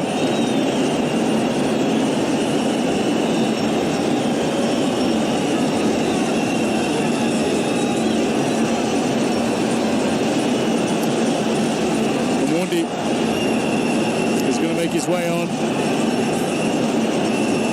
He, Irambo and Kibwage all coming on for Kenya in a triple substitution for Benny McCarthy. They're doing it before the set piece on the far side.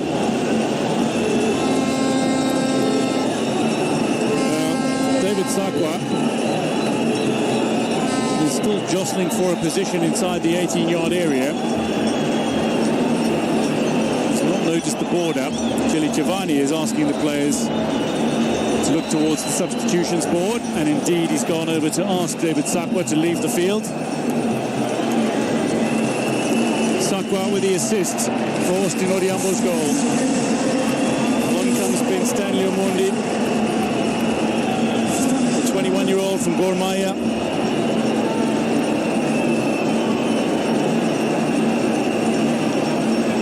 Bogan makes way as well.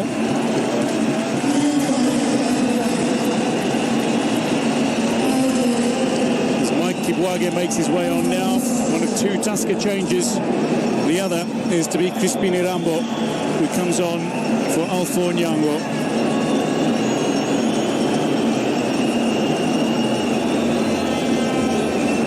Fine performance in midfield for Alpha Nyango.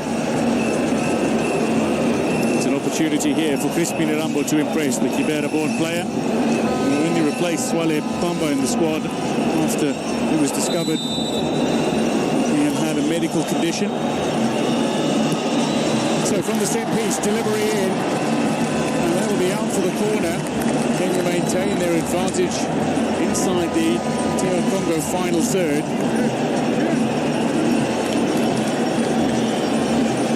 Not really. Pressure. I think he got a touch on it before it hit Kalonji and then went out of play.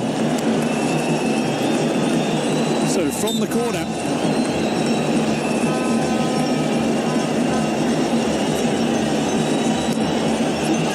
delivery in, and Ifomia reaches up and claims it between his fingertips, and that was cynical and silly, and it'll earn a caution. The new man on Kibwage. 10 minutes to go. Kenya lead by a goal. Ifomia had it. Kibwage chasing him to disrupt the distribution by Ifomia.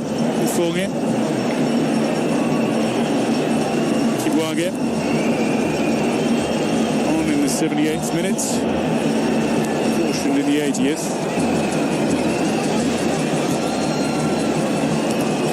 Here by Kibwage though. Abu gets a little touch away. Get to live. Lombele. Nikabishek down their far side. Kalonji. Ember's come a little further forward. There's Mokonzi. Seeking space. Kibwage away. Big tall frame of Kibwage. Known for his composure on the ball, the former UFC Leopards and KCB man. Another international who goes back a good few years, made his debut against Eswatini in 2018. DRC 15 shots at goal, only 2 have been on target incidentally. Kenya half a dozen. They've got the all-important goal. Here's Sakari. Away by Kulonji. Zema picks up on it. We're going to make another change here, and it's going to be the last roll of the dice from Otis Ngoma. He's going to be bringing on his most attacking player on the bench. Waku, very fortunate to get on the end of that. Referee Johnny Chivani saying nothing wrong as Naguera came away with it. Kenya through, one-on-one, and steered wide. Wonderful opportunity from Ben Stanley Omondi. The flag is up for offside. Wouldn't have counted regardless. But for a confidence perspective, you want to be hitting the target from that situation. End-to-end stuff. Austin Odiambo with a fine ball through. Ben Stanley Omondi just unable to time his run. And as that ball goes out of play, an indirect free kick to take place. We are going to see one final change. And it's going to be that of the captain making way. Mika Mishe is off. And on in his place is Tony Talasi.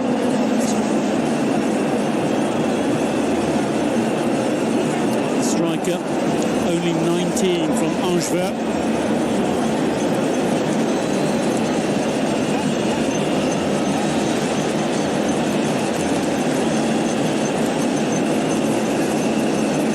Bold move by Marcus Ngoma looking to see his side claim something from this fixture.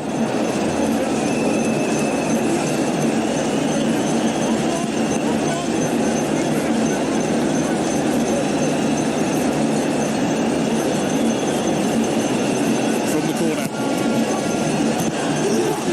It's not cleared. Mondi will gather. We're nodding it right down into the turf, but smothered by Omondi. Who's been a Bandari now for a year and a half, joining from KCB.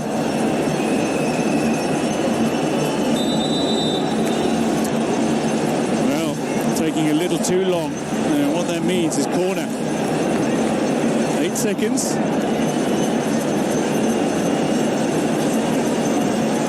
Release the ball, it's a corner to your opponent.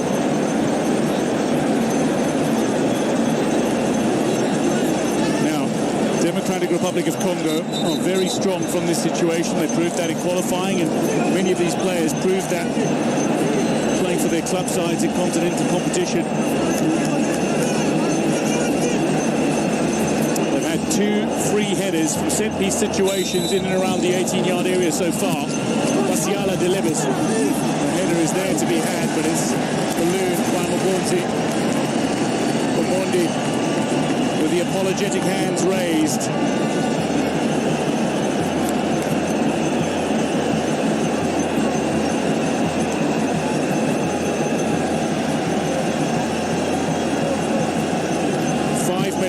Plus added time for Kenya to register a historic victory.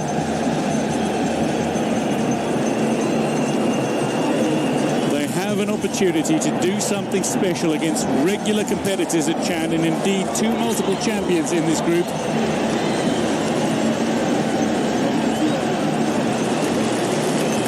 Birambo goes all the way back to Omondi. Kenya's got Angola in 4 days' time.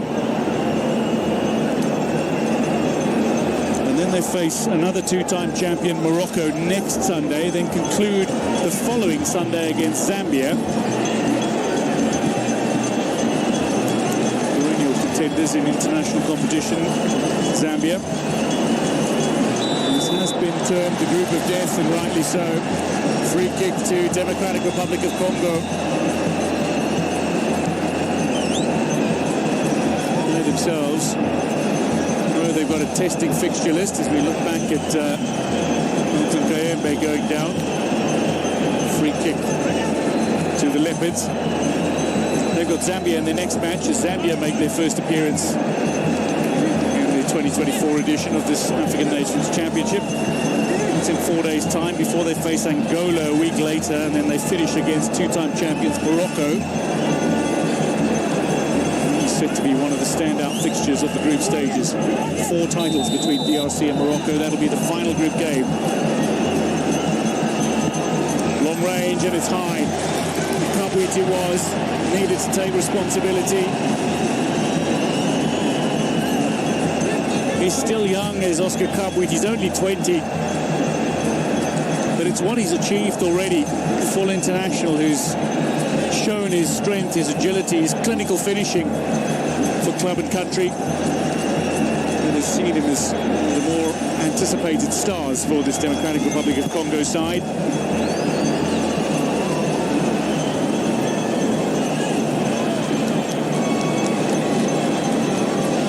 Title-winning sides led by Mutubili Santos in 2009, Florent Ebenge in 2016. Roma took over from Ebenge ahead of Algeria, the last edition.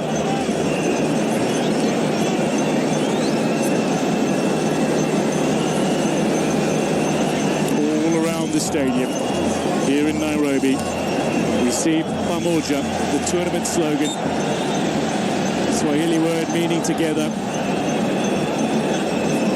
And what we've seen from Kenya throughout the bulk of this tie is a togetherness, a harmony. Pamoja signifies unity and collaboration, working in harmony, and that's precisely what Kenya have done, and what they're looking to do with both Tanzania and Uganda as co-hosts of this tournament. It's certainly layered. Dombele. It's Mukodzi. players behind the ball for Kenya. McCarthy is fuming instructions from his technical area. Gonzi drops his head, ball out of play, and Aboud will be in no rush to take the throw. A little more muted now is Paddy McCarthy, the genuine superstar in his playing days, up against Ngoma, who actually got his coaching career underway in France, in Valenciennes, rather than in the Democratic Republic of Congo.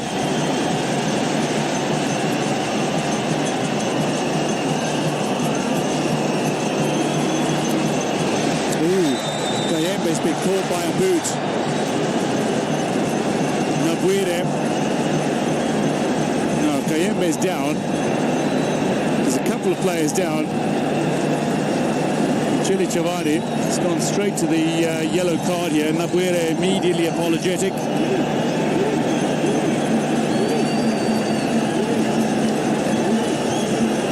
Kenya police player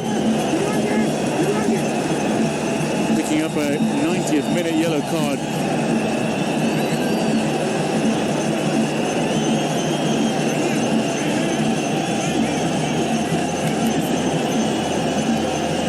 Swinging leg.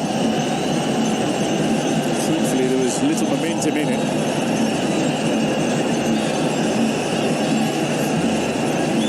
Kayembe's back on his feet. He's ready to continue. Masiala over this free kick as we hit the 90-minute mark. 7 minutes of time has been added on. 7 minutes for Kenya to hold on. Number 7 for DRC stands over the ball. They're down by a goal. Masiala. It's high. Omondi looked to have that covered though had it been on target. Masiala throws his head back in frustration. They've had 19 shots at goal. Only 2 have been on target.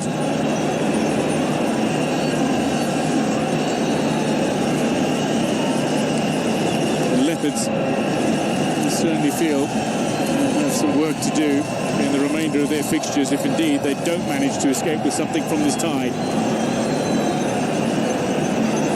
Roma can bring a tactical approach to this side. He usually emphasises disciplined defence and swift counters. They've tried to play to that. But Benny McCarthy's side have unlocked Democratic Republic of Congo, more importantly through Justin Odiambo. Left back Kukulea to take the set piece from just inside the Kenyan half. It's a lofted ball, and Mordy's gathering underneath it, and he claims comfortably. He receives an enormous cheer.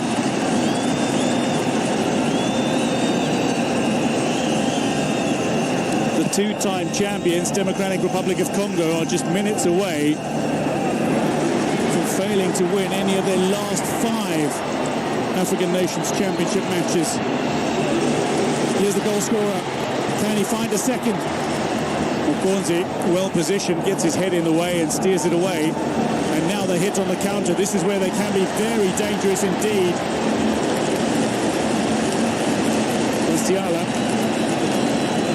looks to be jumping out of the path of a challenge rather than caught by a challenge. Nabuire back to his position.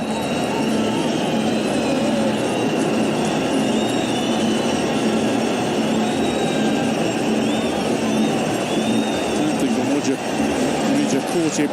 This delivery, and again Omondi comes out and claims the winner might have been a little in his path than in his eye line as that ball came floating in, but he claims it comfortably, much to the delight of the near capacity crowd.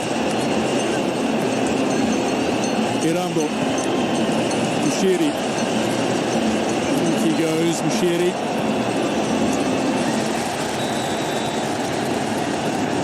Good to see Mushiri playing again, although he finds himself on his belly on the turf. He had a 3-year absence from the national team. He was recalled last year to the Harambee Stars lineup.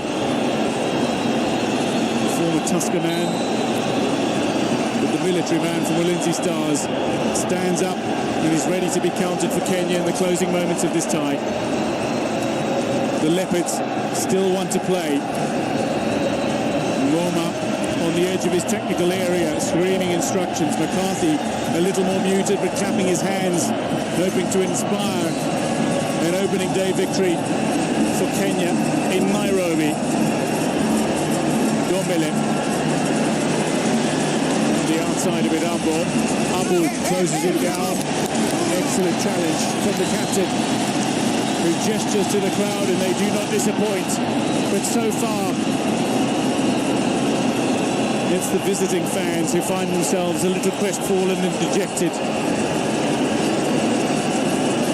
There's despair and anguish in the reactions of the supporters of Democratic Republic of Congo. Came to the stadium full of expectation and might leave it with significant disappointment. There's still time for an equaliser at least.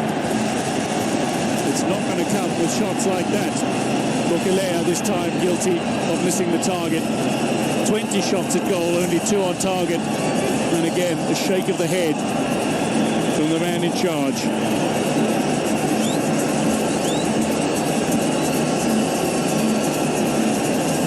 Only 2 teams make the quarterfinals from this very strong Group A. Morocco, 2-time champions. Angola, recently rising in stature on the continent. Zambia, perennial contenders. DRC, 2-time champions. And then debutants, Kenya. So a win would be enormous for Kenya as they start their campaign. Cleared. Nabueda there. Austin Odiambo collects. Then Stanley Omondi was making a run, but he's gone to the opposite flank. Mushiri was asked to chase. Austin Odiambo, 90 seconds away from celebrating a victory with his teammates.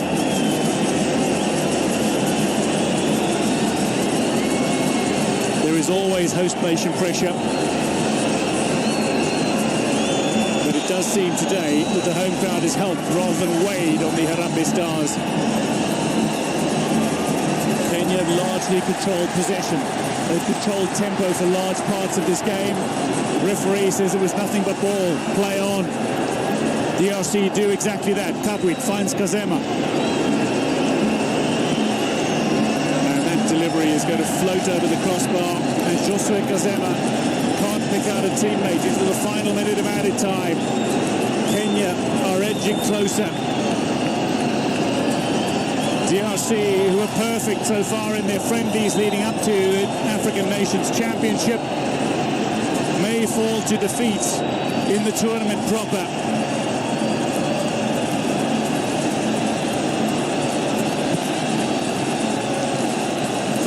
Leopards hunting redemption, may not find it here.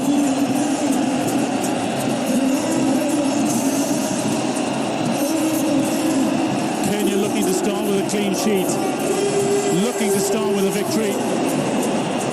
Omija initially worked the ball away from Waku. At the end of this tie, and it's a historic result for Kenya, a historic debut. The 33rd nation to feature in the competition begins their campaign with a win on home soil. The co-hosts have done it, and Austin Odiambo has scored the only goal of the game.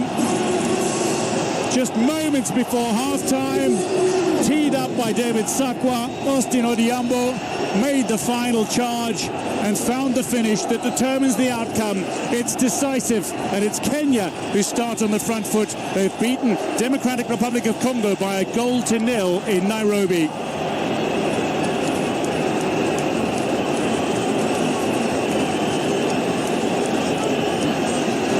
Benny McCarthy taking the plaudits, but also acknowledging the opposition coach. Austin Odiambo will take plaudits of his own today. That left-footed strike that will live long in the memory of the Harambee Stars fans.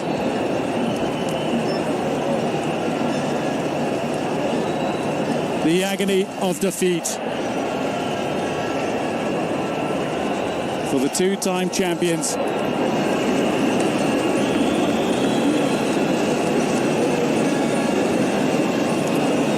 And indeed for their fans.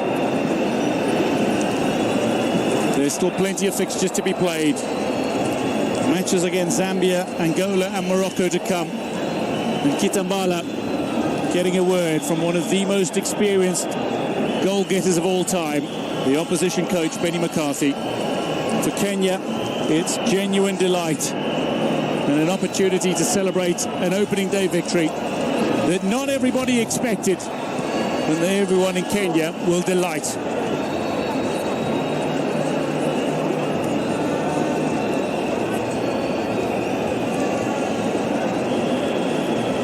We're just about ready to reveal who the player of the match is.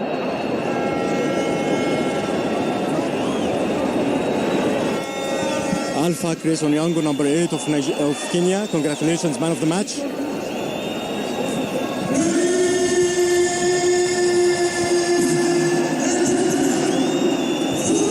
Alpha Chris Onyango, congratulations for winning man of the match and also winning the game today. Thank you. How do you see the opportunity to finish the Yeah, it's a good feeling that we have won our first match. I think it will give us motivation to go forward for the next match. How happy you are now today winning man of the match and also the game? I'm so happy. I cannot express my feelings. I thank the Almighty for this opportunity and being the man of the match. Thank you.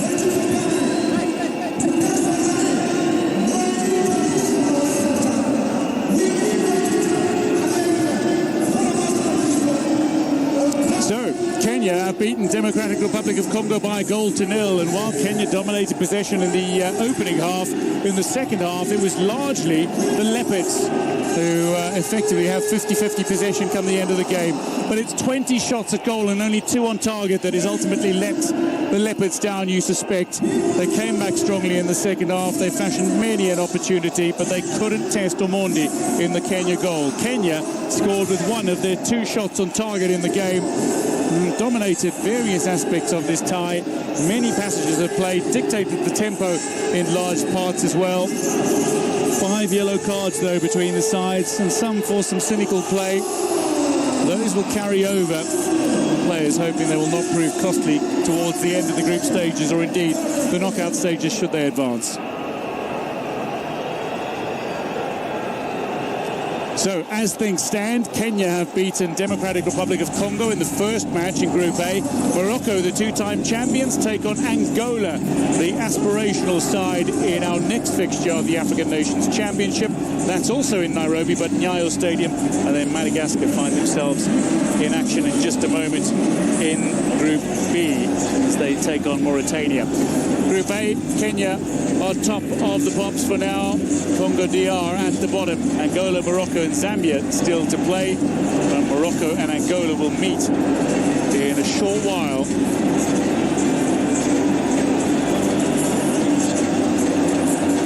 Group A fixtures upcoming for you. Kenya's next fixture is against Angola. For Congo Democratic Republic, it's against Zambia. Zambia make their first appearance. And those 2 fixtures to be played on the same day at Nyayo and Moi International Sports Centre stadiums.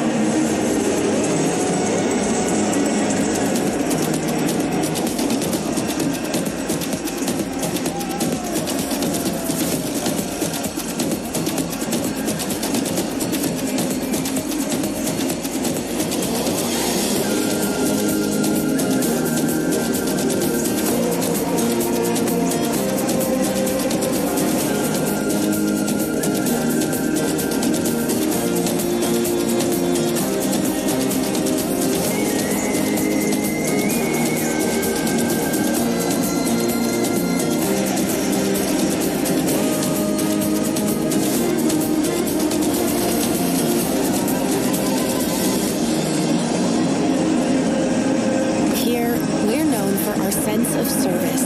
It's all about finding ways to support you. Day after day, doing everything we can to be useful and providing energy in all its forms. Everywhere, every time, all across the continent.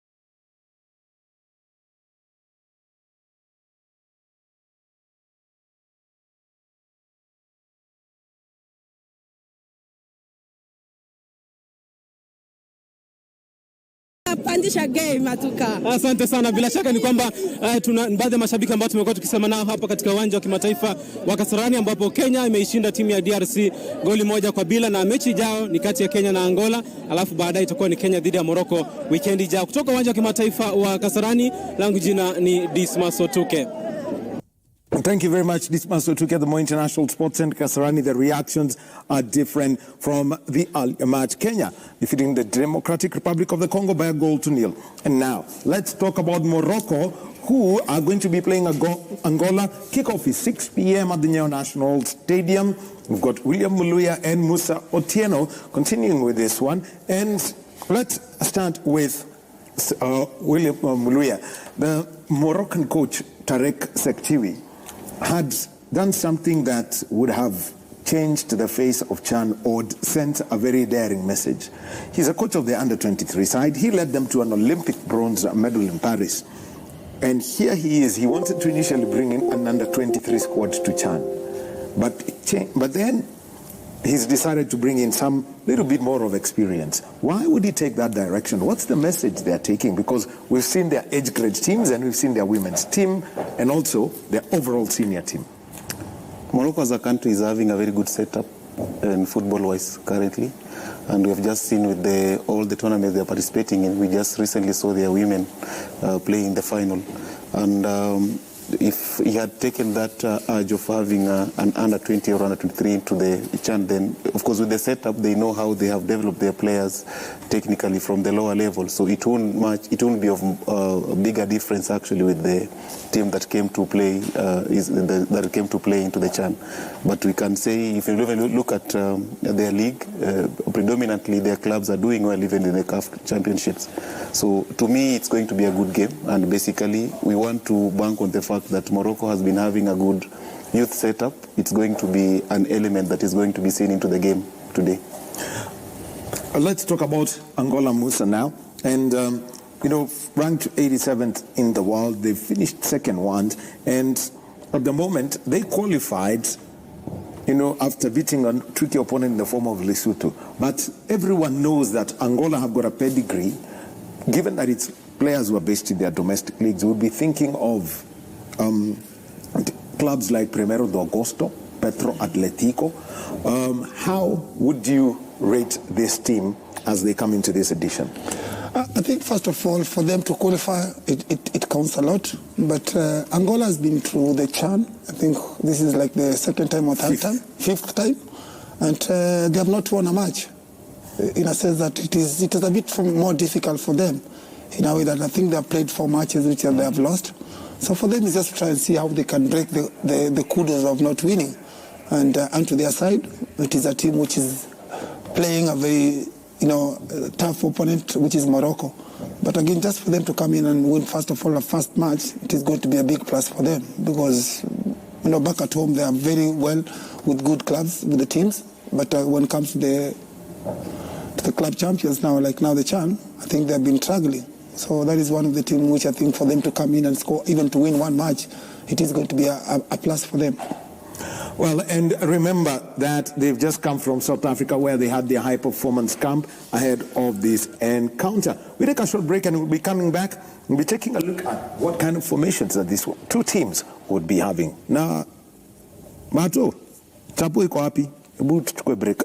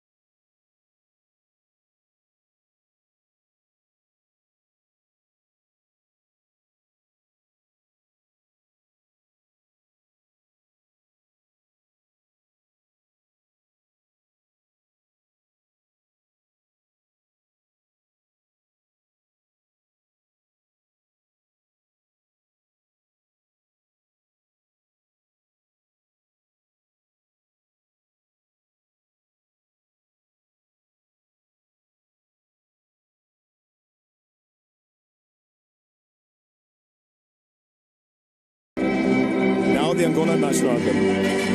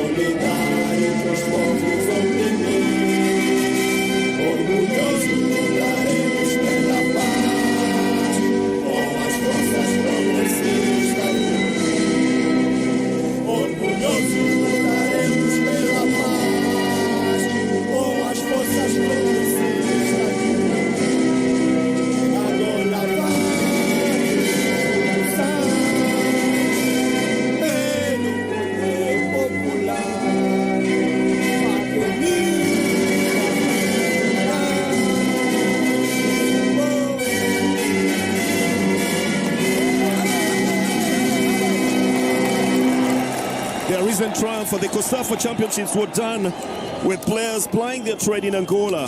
They're making their 6th appearance at the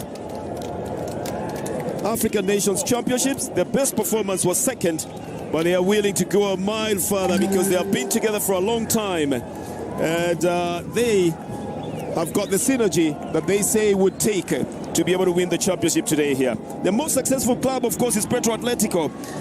That's very well known to a lot of players in Africa as well because of the number of, even the number of players that they have put into the national team. Petro Atletico has 10 players in this delegation that has traveled to Nairobi for the African Nations Championships. Of course, there are other clubs, Primero de Agosto with 4, Cabuscop with 3, GD Sagrada with 4, GD Interclub with 2, and the Bravo Domaki have only 1 player in the tournament in Nairobi. The Moroccan side, of course, will want to emulate the other senior team that has now been ranked as the most successful African team in 12th position, better than Senegal and Egypt, and who did very well at the last World Cup. And now this young team that is made up of players who are based at home has been tasked with that responsibility of getting the team at least to go another one and try to win this for the 3rd time. They won it back-to-back in 2018 and 2020, and they also consecutively appeared in 2016, 2018 and 2020, so making them one of the most successful clubs, teams rather, in the championships. Their FIFA ranking is 12, 5 appearances, 2 titles that they have, and they'll only share that record with Congo Democratic Republic. Now the VAR is going to be used as well in these championships. In 4 instances is where the VAR is used most to check for any mistakes that have been made, especially in giving players, wrong players, the wrong cards, red card incidences, and of course penalty incidences and goals to be able to check who's there and who's not there. Manya, Marquez, Campos will be in the midfield for the Angola side. Vieira and Cristovao will be up at the front. Now you'll get a little bit confused about the names they will have on their backs because they like to use their nicknames. So there it is again with Lulas and Lepua all making it to the first team and the first 11 for this one. They've rested Caporal, the man that everybody was looking forward to seeing how he performs in there, but they probably because they want to use him for a little bit later. Tariq Sektui played for FC Porto and OJXA in his playing days and has a wide coaching experience with Berkane and also with Olympic. He also managed Morocco's under-19 team, so that makes him a very good man to be able to bring the youngsters into the senior ranks. Concalves is the coach on the other side. in 2008 is when he carved his niche in as the under-17 coach. Got a gold medal in COSAFA in the under-17 and placed third at the CAF under-17 as well. We are already underway to a match that can only be billed as a world-class match at the Total Energies African Nations Championships. The first match being played at the Nyayo National Stadium, but the second one in the Group A, where the Kenyan side has already played DRC at the Moi International Sports Center Kasarani and notched a 1-0 winner in their debut and as hosts, and scoring the first goal in the group as well. Long ball down on the right side. The Moroccan defense being tested very early. This is a good through ball coming onto the left side for the left footer. And just doesn't get it as he wanted to. He likes to call himself horsey. That's Antonio da Silva Chitanga, the 24-year-old who's been capped 6 times. They saw the opening and 2 of them running onto the side, but it was a optimistic shot coming from a little bit too far, not having too much power, but just showing what they will be trying to do up at the front where they get the balls as well. Well, of course, you can never take away the fact that the championship has an enhanced prize money this time round. $3.5 million for the winners, 1.2 million for the runner-up. And that, of course, translates into a 75% increase in prize money.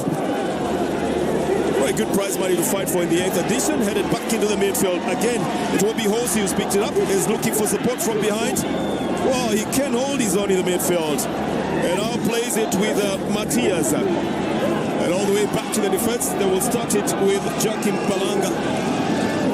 They obviously are showing that they have played together before and they know what they're doing. Victor Pedro Vidinho is also in that defense. That's the man. You probably saw him as well getting the Man of the Match award at the COSAFA Championships. He's played a professional before coming back into the country to play the local club as well. So together with Vidinho, they will be trying to get the better of the Moroccan side. The head-to-head does not favor the Angolan side. It says that the Moroccan side has beaten Angola before 1-0 in an international friendly and then drew 0-0 at AFCON 2013. Then Morocco again got the better of the Angolan side in 2009 in another international friendly. This one will be a foul. Kinito is overreaching for that ball. Of course, it's being shielded by Ayub Molua. The foul will be given here. Balanga. Joaquim Balanga goes by the nickname Kinito. Plays for Petro Atletico. We've got the bulk of the numbers in the Angolan squad. Tariq Sektui already on his feet. Balanga, of course, watching the proceedings after his tackle. There it is again. Just shielding the ball off the back of the 22-year-old Ayub Molua, who plays for Fuz Rabat, who was complaining that he was being tackled there. The fans want him to get onto his feet and start the game all over again. It's going to be a free kick for the Moroccan side. Lobbed by Marwan Lodouani. This is going to be a foul. A little nudge on the back. Sometimes not being seen very easily by the referees is what gets Vidinho onto the ground. The free kick given to the Angolan side for a restart. Well, great expectations in this match today in the 8th edition of the Total Energies African Nations Cup. Balanga with it again. The last man for Petro Atletico as well is plying his trade now for the national team. Looking to try and backtrack and finding space in the final third for a shot. It's a very long one. It goes over the bar here. But the indication is there by Joaquim Pacienza, the 29-year-old player. Pacienza certainly knows that you can get them from far if you give it the right energy.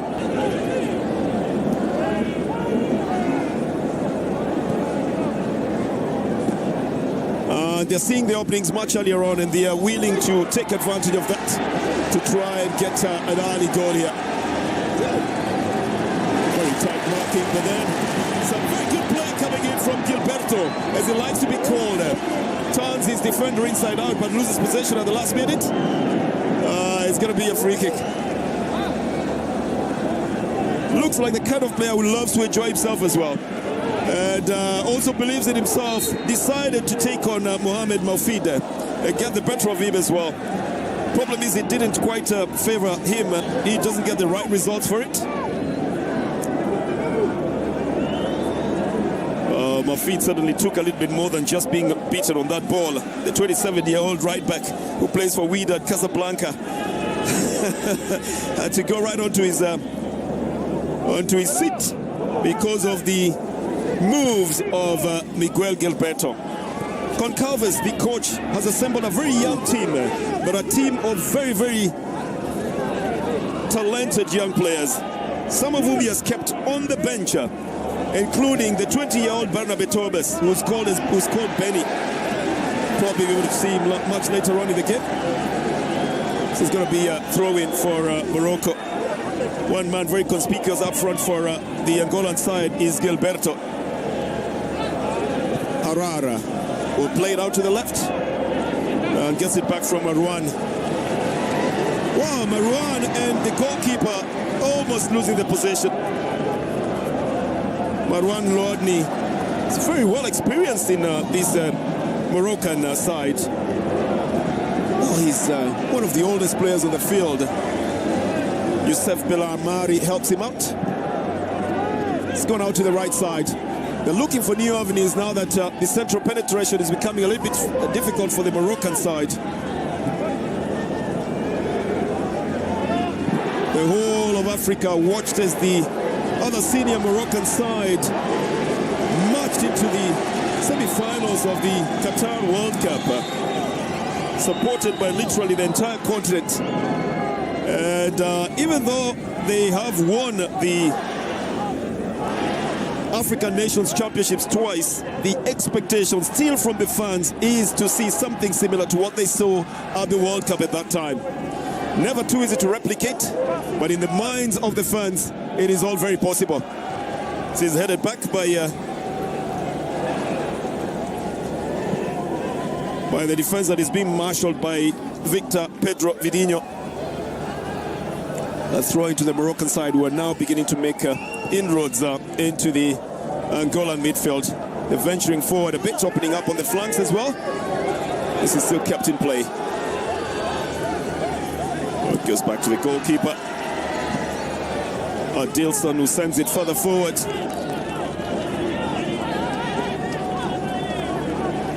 Well, it's going to go out for a throw-in. Anas Bach plays for the Association Sportive in Morocco.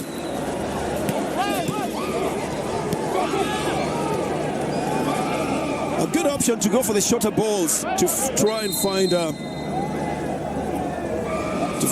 find inroads. I think players stopped for a technical reason. Probably not bouncy enough. Doesn't have the right pressure, methinks. This could be what the Cameroonian referee is trying to confirm as well.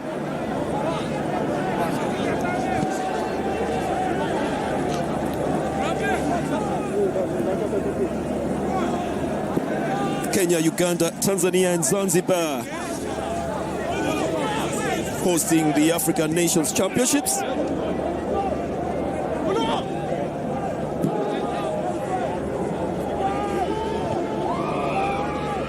Headed back into the center now. This is going to be a foul. It's a tackle from behind as well by Ait Okane Khalid, the Asfar man. Goes in a little bit too deeply to try and get the ball off the feet of Joachim Balanga. It's just probably they are noticing how dangerous he would be, and they believe that he's best not on his feet. It's not the right way to think, but you know, defenders will always think in that way, just to make sure that they cut him down early enough. So both teams have already settled into the game. They have sized each other up, are looking for options. looking for where to go through. A change onto the right side, finds Chitanga. Likes to go by the name Hosi. There's three of them on the side, trying to play on box to box. The return ball is a little bit too long, it goes off the field of play. Chitanga has been capped 6 times in the Angolan side, 24 years old. And this coach knows very well that it is best when you play with players you've had all the time. They won the COSAFA championships with this team, so that means the team has been together and gelled in readiness for the African Nations Championships. It's a goal kick coming from one of the tallest goalkeepers in the tournament, El Mehdi Al Harar, at just 25 years of age.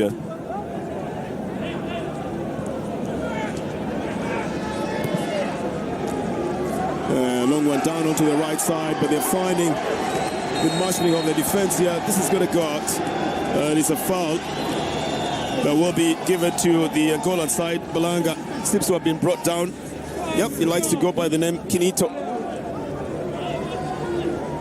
The tackling hard. It happens all the time. Almost looking a little bit frustrated at not making the inroads as early enough as they would have liked to. And Molua is the guilty man here. Put his foot in there and tackles down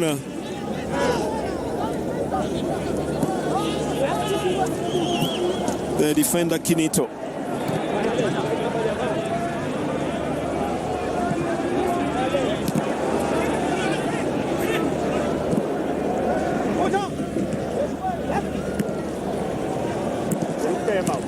Now a better touch on the ball by the Moroccan side. Big run out on the right side. But the long strides of the defense here, getting onto the ball and sending it out for a corner. They're going to have to contend with that speed that comes with Victor Pedro Vidinho. That's the man who will stop that move on the right side. But the Moroccan side, seeing the options, looking at the opportunity to go through, get the first corner of the match. A right foot in swing, I would imagine, is what they would be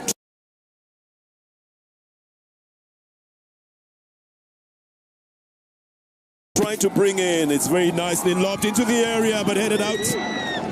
It's going to go out for a throw-in on this other side. It will be given to the Angola side.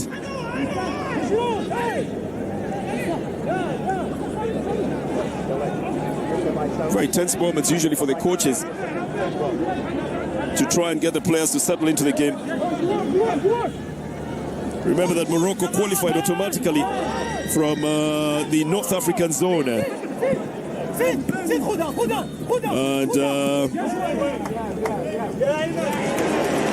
lovely game, lovely ball play as well. Onto the left side, a little bit delayed in terms of the delivery, coming from Okane. Gets it back. And again, Imad Riahi didn't deliver the ball quite on time. The Angolan side is trying to come out as fast as they can. And then they opt to build it up from the back again.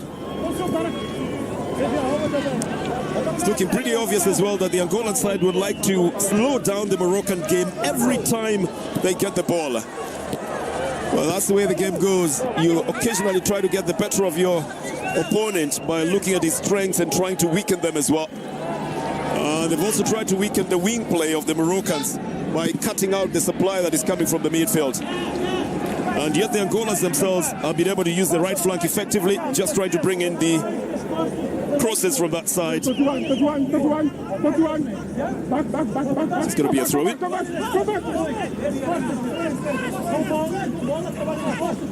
Eddie is the man who takes it. Little touch brings it back to the midfield. And to Marquez, likes to go by the name Mafuta.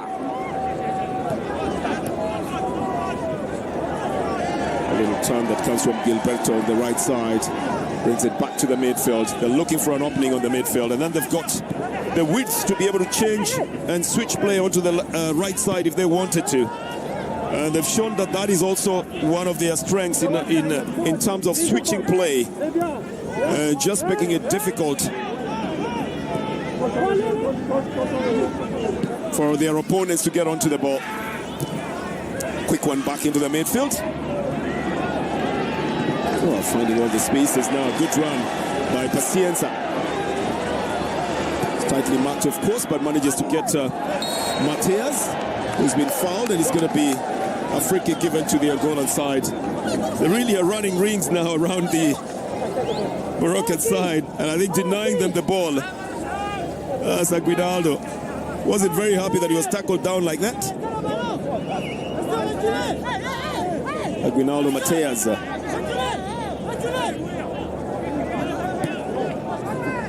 It's back into the midfield. Afonso Marquez tries to get a through ball, and they've seen the spaces. The run is on as well.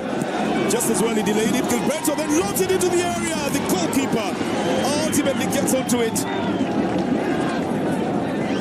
The cardinal rule is if you get off your line, you must touch the ball. And for El Mehdi Al Harar, it comes as second nature. He's got the height, and he's got the anticipation as well to be able to do exactly that. Morocco opting to start the build-up with possession in their own half, and in their first time, a big run down on the right side. Now they've created some space now, and they're looking for the cross. It comes in. Lovely touch again by Adil Santa Cruz, the goalkeeper, who's one of the most experienced on this side. He shows why he was the goalkeeper of the tournament in Kosafa, by just having a very crucial touch when two of the strikers were already angling for that ball. They're showing just how dangerous they can be when they get the ball up at the front. Wow, talk about conflicting styles of play, with the Angolan side wanting to use the width and the long balls, and the Moroccan side deciding now to go for the short ones and through midfield penetration, just opening up the flanks and then looking for the center. This is going to go out for a throw-in. Well, the captain of the side is the goalkeeper, who calls himself Neblu as well. His name is Adil Santa Cruz. You saw him just now urging his players to move on. That touch was very crucial to what could have been a potentially dangerous situation for the Moroccan side, for the Angolan side from the Moroccan offense. It's back in the midfield again, finding those through balls. Ukane is part of that build-up. He gets the ball back and plays it with Mohamed Rabi. Mohamed Rabi scored 8 goals and had 3 assists in 34 matches for Asfar. So he's got the experience necessary to be able to help out the strikers at the front. Started all the way back by Marwan Lodni and Youssef Bellamari. Bellamari has got a very interesting statistic as well. He has played for the youth under 20 and also the Moroccan under 23. But here comes Angola again. He has gotten it to his teammate up at the front. And Alem arrived a little bit late. It's a very, very desperate clearance coming in from the defender, Joachim Belanga. Morocco piling the pressure now. And just a little bit late to arrive there. Marwan Louadni is the one who starts the entire build-up here.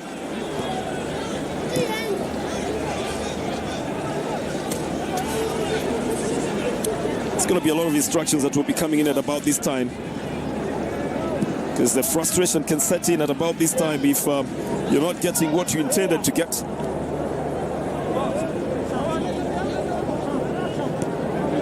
But again, the Angolan side in that very quiet, easy flair, look unfazed by any attack that is coming in their direction, and often seem to take it very easy when they're starting the build-up on their side.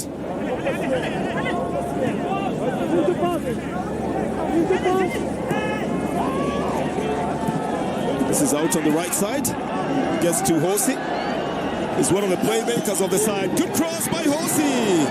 Headed out quickly by Imad Riahi. Clearance not yet done. I think the experience just showing a little bit there on Youssef Belhamri.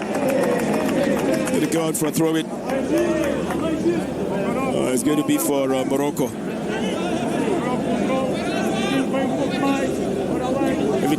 If it was a question of studying the opponents, I think they already have done that. And now they're just getting ready to strike at any moment. El Mehdi has to stretch himself into his stride to get that ball onto the other side.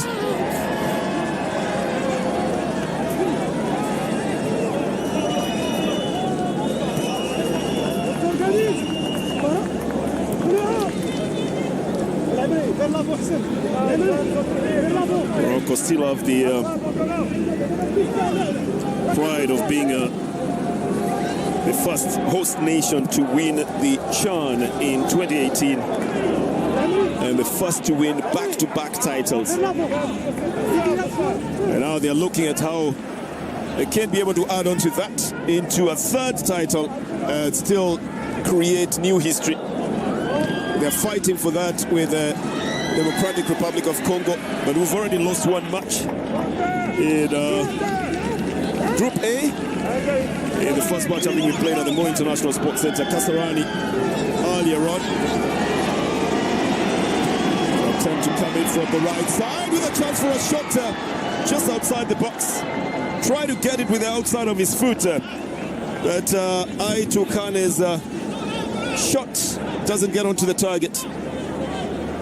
The run was begun by Mohamed Mofid, brings in the cross here and the rebound from an attempt to clear the ball, then gets onto the feet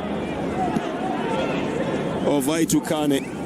Didn't take it very well, hits the side of his boot, and that doesn't get the results that he would have required. But you see more red jerseys into the midfield, just meaning that the Moroccans are trying to come into the midfield. Well, the fans not very happy at that reaction from the foul. They think it's exaggerated. But yes, there was a foul on that touch that came to a Nas Batch. But it's just the reaction, you know, the way he reacts to it, the scream and the 1, 2, 3 triple rolls, and I think a fourth one that makes the fans think that he was simulating, that he should have just let it be. The fans are very cruel sometimes to these kind of instances, and sometimes it's just the passion of the game itself that makes them shout out like that. Tariq Sechui seems to be also getting agitated on the touchline. Was having a word with the officials there, probably intimating to the fact that that was a bad tackle that should have been penalized. And yes, it does get penalized by a yellow card. Very first yellow card of the match.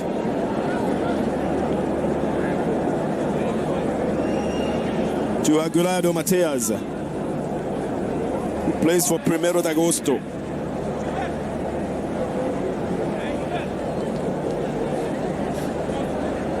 Well, here it is again from the reverse ankle. You see the little touch on the ankles there, and the studs going onto the ankles, which was merited as a foul.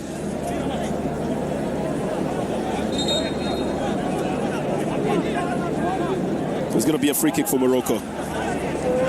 23 minutes gone, and we've seen flashes of brilliance coming in from especially the Angolan side, and then Morocco as well in the last few minutes have come back into the game to try and get the goals. They have attempted to shoot from a distance. They have attempted to bring the crosses from the right side as well, two of which have become very dangerous at some point.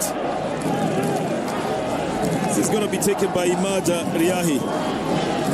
Lobs it into the box. The header picked up very easily by the goalkeeper, Neblu. It would have come from very far, and then again not getting the full impact on it from Marwan Louadni. The coach's instincts was telling him to get back into defense as quickly as possible. intimating to the fact that he might have been expecting a counter-attack from the side. But the Angolan side has been slow to build up, deliberately so.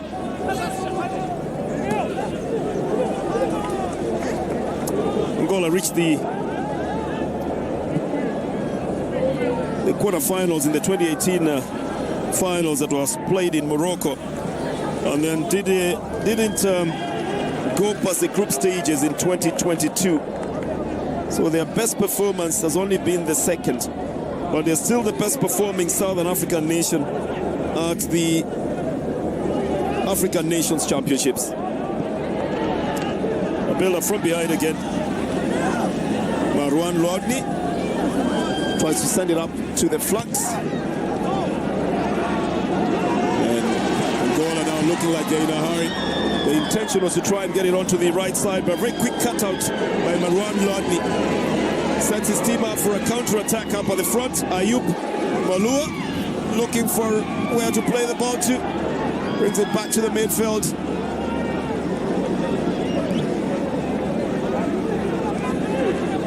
Oh, he had his captain helping him out. That's why they managed to retain possession. The flag has stayed down in this one. And it's close to the area. It's brought back into the center.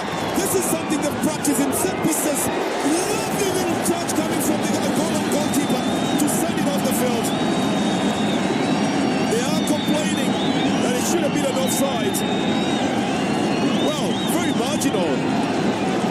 And I don't think it's going to be subjected to a VAR check. But they could have buried this one. Lovely shot that came off the feet of Imad Riahi.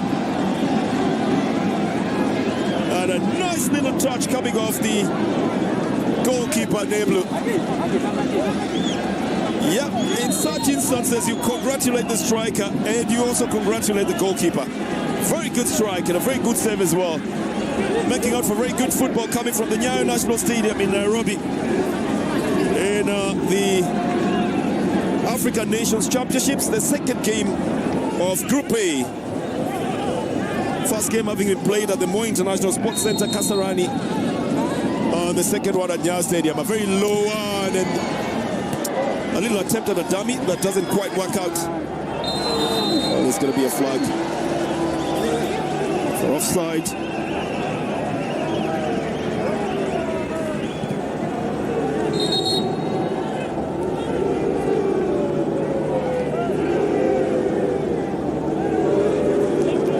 Two of them will remain there. That's a very good call by the assistant referee, having spotted Anas El Maroui in the offside position.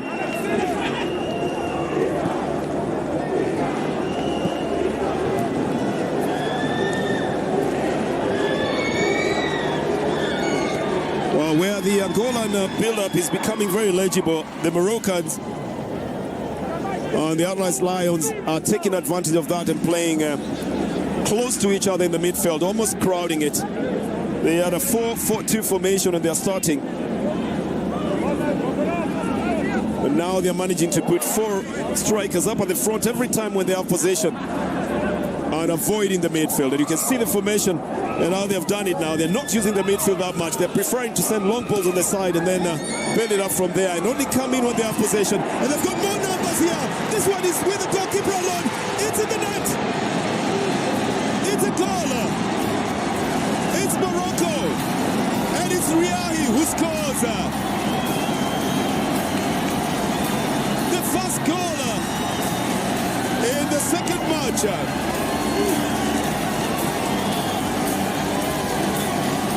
It was going to work at some point. The little build-ups that they were bringing in through the midfield, they have every reason to celebrate it. The Renaissance right winger is put through smartly, chooses his spot, waits for the goalkeeper to advance, and slots the ball past him for the first goal of this game. There were more red shots there and a long ball from the midfield. The goalkeeper was forced to come out of his line. Nothing you could have done at that point.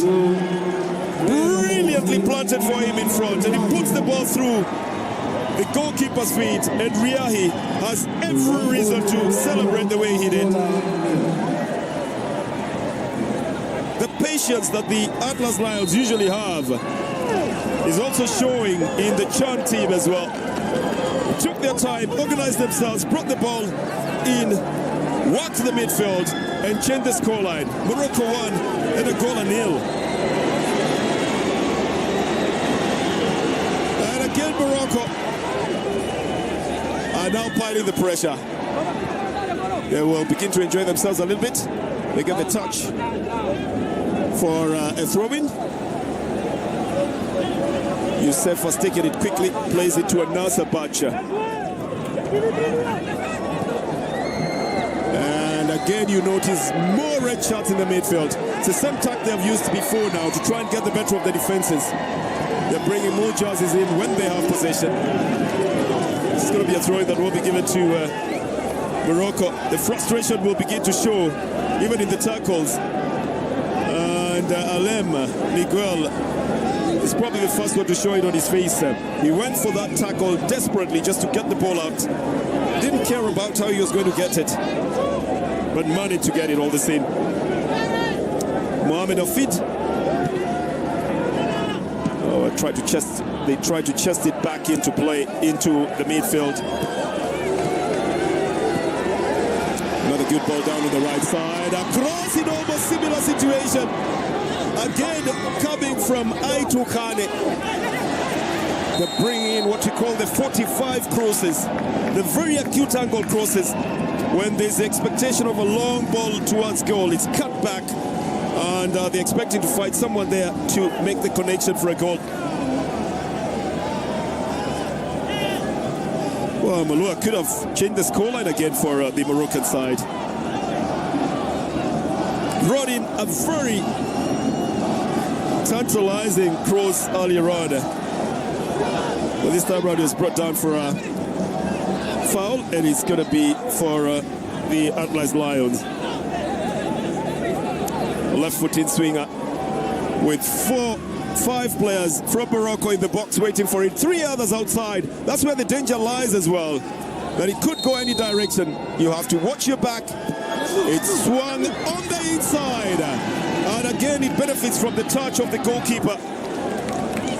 Cipriano Neblu just manages to have a little touch on it. It will go out for a corner. Oh, how more tantalizing can it be? But those fingertip touches twice now have saved Angola what would have been early blushes in this match. It's going to be another corner for Morocco. A short one this time round. Getting the return ball, trying to get a touch for a throw-in, which doesn't work out.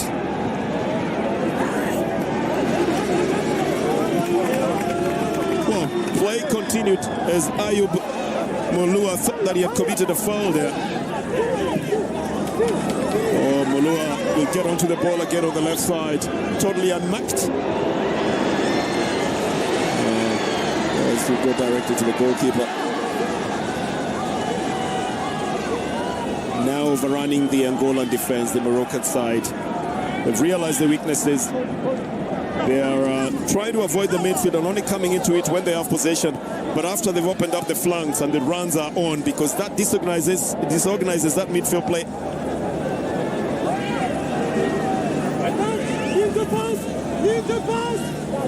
Kinito pushes it onto the left side. Another long ball down on the left, trying to find Gilberto. And it's a little bit too long. It's going to go out. Mohamed Mafid just lets it roll out of the field of play for a goal kick for Morocco. They seem very content with the way they're playing at the moment. They often say that the success of any team is also how to read the game and then changing the tact when you have to. It looks like exactly what the Moroccan side has done now. They've changed the tact after seeing what the defense was like and how it was making it difficult for them to go through.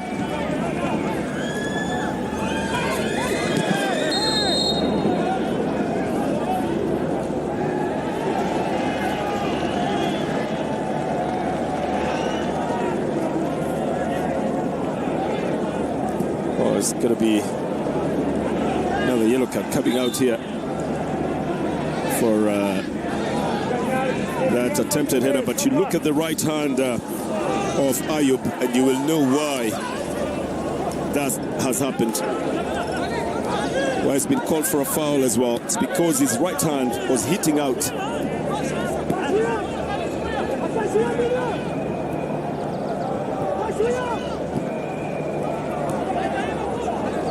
So the Moroccan side has succeeded in reading the game and changing tact, and they've got the results. Can the Angolan side do the same as well? Read the game and change tact? Because they're still looking very legible. The play looking almost the same as it was in the very first few minutes of this game. Starting off slow and starting on to the flanks, both on the right and on the left. This is going to be a foul that will be given to the to the Angolan side. A little complaint coming in from the Morocco side, who didn't think that it merited being a foul. This is a better run down on the right side. Gilberto brings a crosser. Deflected off in the nick of time by Marwan Luadni. And again, the Angola side will pick it up in their defense. Now they've switched positions as well. And Pedro Vidinho is now marshalling the central defense. And he has allowed Balanga to move on to the left, onto the right side.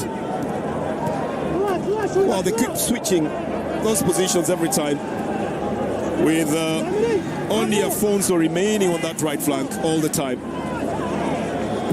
Trying to go in through the middle. Pacienza, that ball will go to the goalkeeper.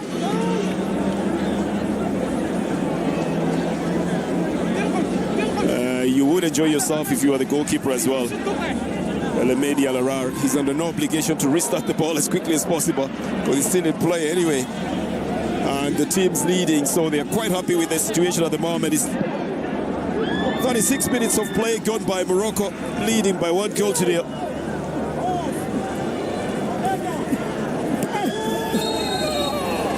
Well, you could have had that from a few meters away. That clearance didn't just take the ball alone. Mohamed Rabi Remata is the captain of his side, but he knows how hard he has to tackle as well. He's got a very, very checkered history. 8 goals and 3 assists that he has notched so far, playing for his team as far.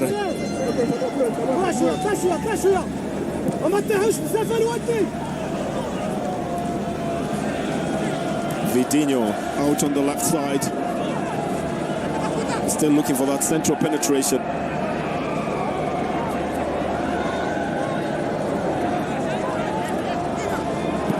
Balanga left it to go out on the left side. They're probably looking for a cross now.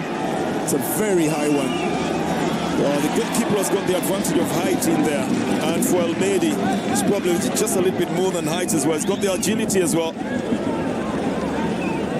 and he's got the youth in him, so he can spring to take any of those high balls very easily.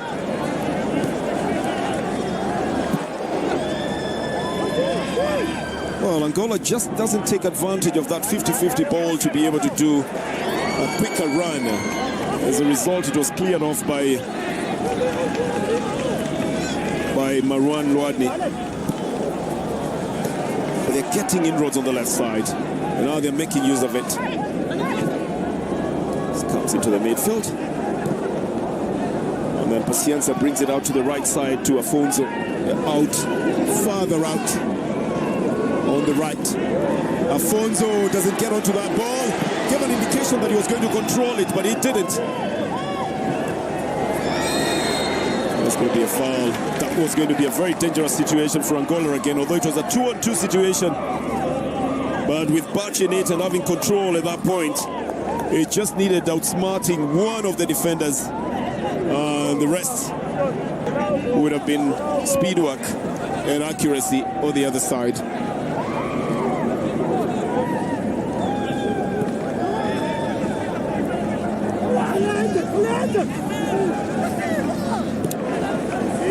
Morocco dictating the pace of the game at the moment, and Angola just trying to make the best of it when they find the possession.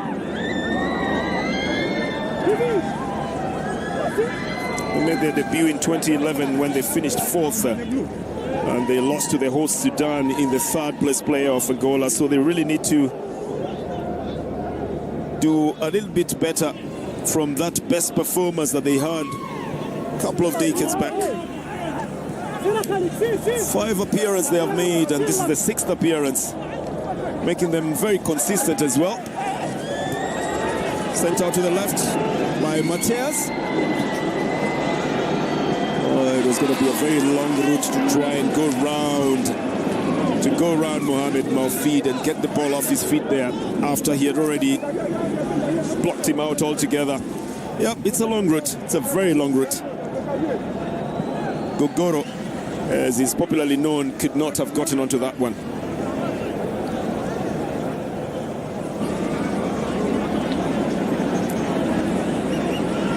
A little display of some technical prowess from both sides. The tactical prowess as well coming in, especially from the Atlas Lions side. Tariq Sektui is mapping out a strategy for how it will go probably in the second half, because he's got only 5 minutes in this one. He has a wide coaching experience. And he managed Morocco's under-19 and Olympic teams to great success. So Sektui knew that the juniors that he has put in this team would be able to give him the success that he required. And he was rewarded in the 29th minute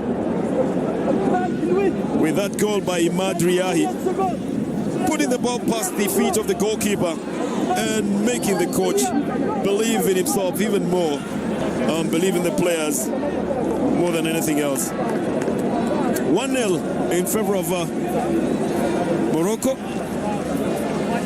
Just about 3.5 minutes in regular time remaining in this one.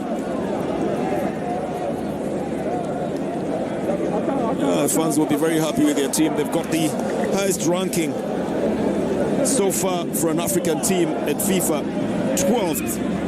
It's a very good ranking. In 2018, they won their maiden title when they beat Nigeria 4-0.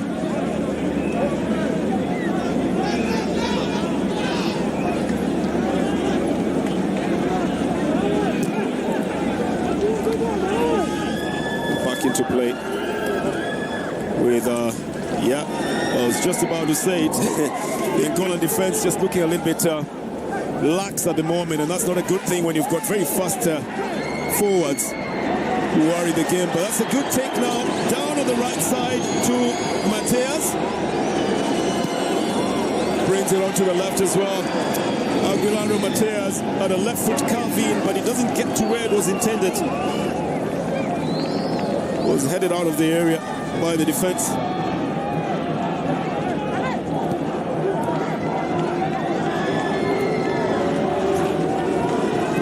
Back to Pacienza.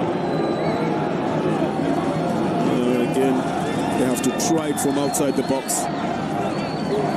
The Moroccans are very happy to keep them at bay as well, as long as they keep running the ball in that area and keep possession. The Morocco defense seems to be sitting tight if that is happening.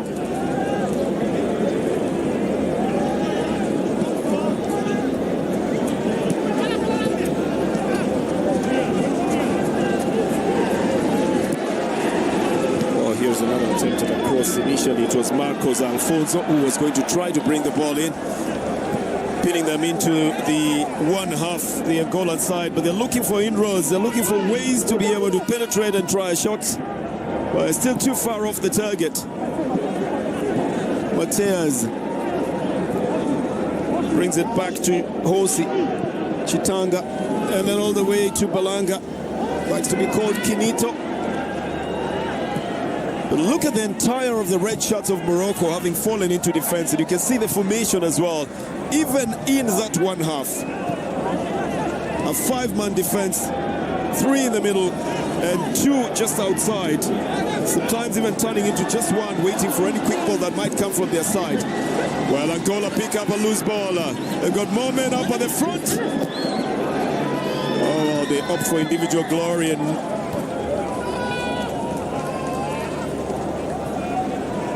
I think he didn't find anybody else to play to. Oh, that's an easy loss coming from the Angolan side. The Moroccan side will celebrate this one and use it to their advantage. Riahi has already started it. He's Goes all the way back to Marwan Louadni.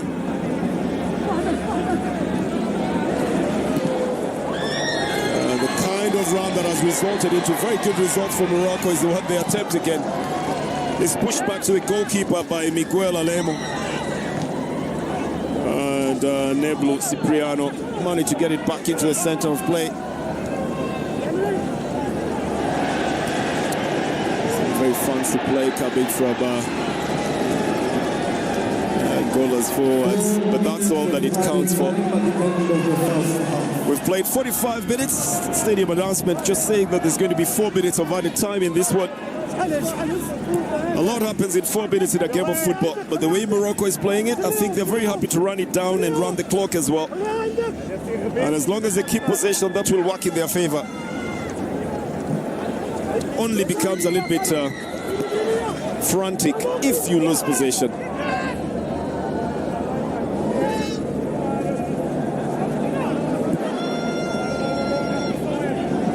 They're obviously believing that they found the formula to be able to play this game, and now they're taking it very easy. Casually, Amran Louadni sends it back to the goalkeeper, El Amedi, pushes it forward.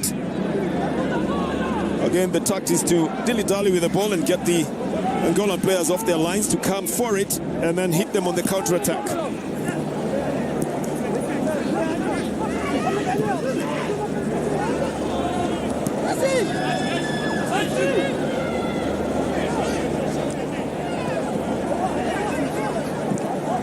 Oh, doing a good job of running the clock down. This is Youssef Belhamari. Gets the ball back. Tried an easy way to get away. Oh, this is going to be a foul. It's going to be given to the Moroccan side. The ball had already crossed the line outside for a throw-in, which is quickly taken.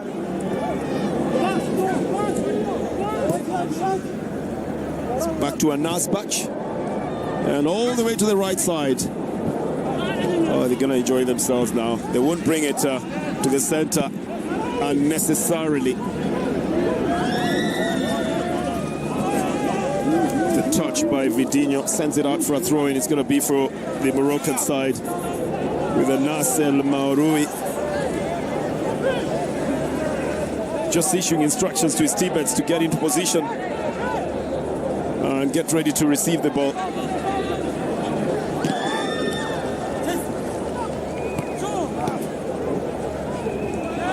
Some quick take by Morocco brings the possession back to their side.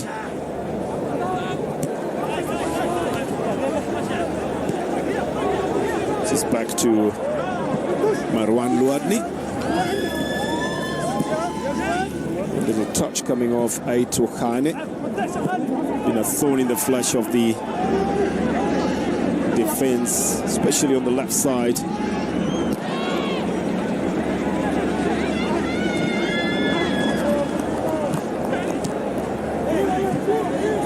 Good ball down onto the right side for Chitanga Hosi. Plays it to Afonso.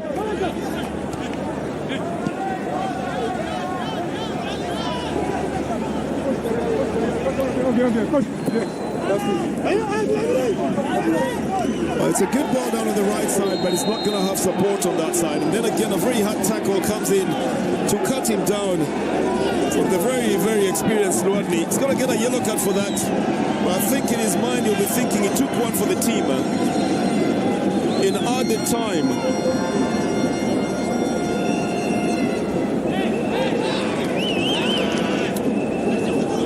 Well, he's just thinking that he would rather have it go that way than have that man go through on the right side. And Gilberto obviously felt it. He was already getting ready to control it. The difference in the physique just tells you that it was a massive cut down and a very deliberate one as well. It's going to be a free kick for Petro, for Angola. And probably also the very last touch of the ball for them before the halftime break. Taken on the left side. Lovely trick there with Matias being the man who takes it on the left foot, while the expectation was that it was going to come out of the right foot. That's the whistle for halftime. A half in which the Moroccan side has read the game and changed tact and got the results and then decided to control the pace of the game. A half in which the Angolan side started with a very slow pace to be able to slow down the Moroccans and succeeded, but they did not follow it up. Morocco 1, Angola 0 at halftime. Mwisho wa kipindi cha kwanza, timu ya Morocco inaongoza kwa bao moja kwa bila. Morocco moja. Well, they will be discussing new strategies as they come back into their tunnel with the captain giving instructions there. For Angola, they have to regroup and restructure and find out whether they can hasten the pace a bit without necessarily trying to play like the Moroccans, but to play their own game.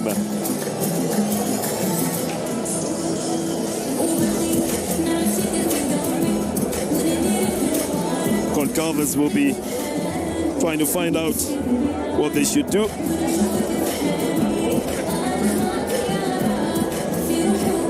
But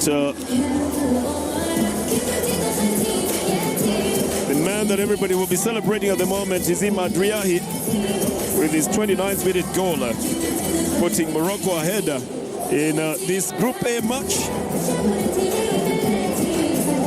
being played at the Nyayo National Stadium in Nairobi, Kenya, in the African Nations Championships being co-hosted by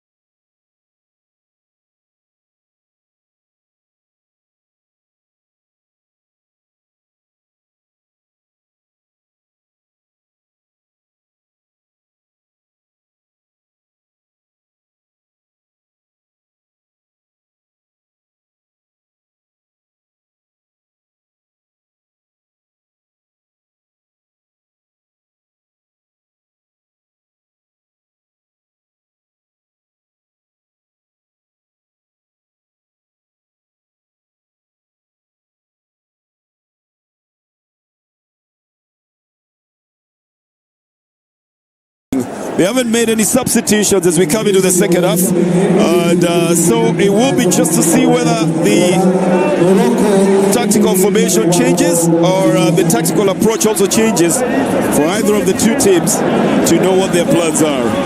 Morocco coming into the second half with a 1-goal advantage. And I will be seeing a little more of Vidinho closer to us on the left side. That's him on the ball at the moment.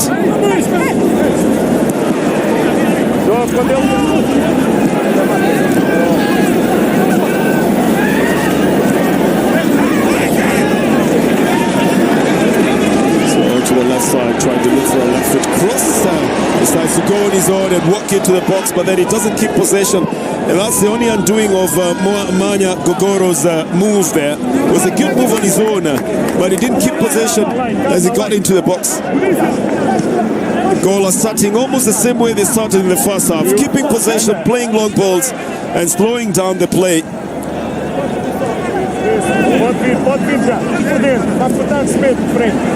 We'll be relying very heavily on Vidinho. This is a man who was man of the match at the Kosafa games as well. And he's being coupled by Gogoro Moanya. Together with Gilberto, they're trying to map out something on the left side. Now they change it on to the right through Miguel Alem. Looking for a cross. It's a very high one and very directly towards goalkeeper, punches it out of the area, knowing very well that if he tried to get a grasp of it and it probably deflected off his hands, then they would have another crisis to deal with. This is to Marquez Mafuta, as he's called, comes down to Gogoro. Lovely cross again, and then the attempt at a left foot volley just doesn't work out. But Angola coming in with firepower in this second half. It's just 2 minutes and a couple of seconds played of it, and they're already displaying their very serious intentions of leveling the scores here.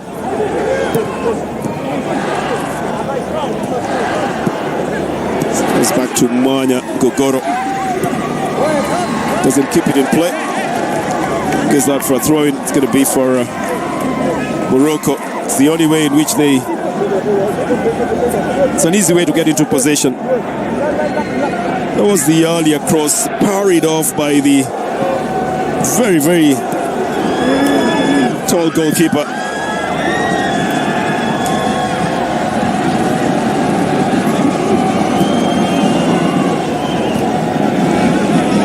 Captain of the side, Adilson da Cruz Cipriano, likes to call himself Neblu.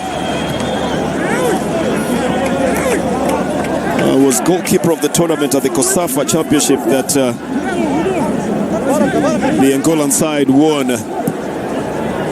And coming from back-to-back Kosafa titles, the Angolan side had great expectations in this Chan tournament. This is pushed all the way back to the goalkeeper, Adilson da Cruz Cipriano.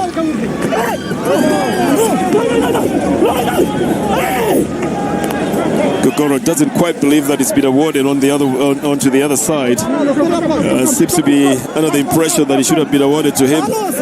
You and I always have a chance to get a second look at it, and you see the ball hitting Gogoro's head before anybody else. But players do ask for sometimes for what is not theirs.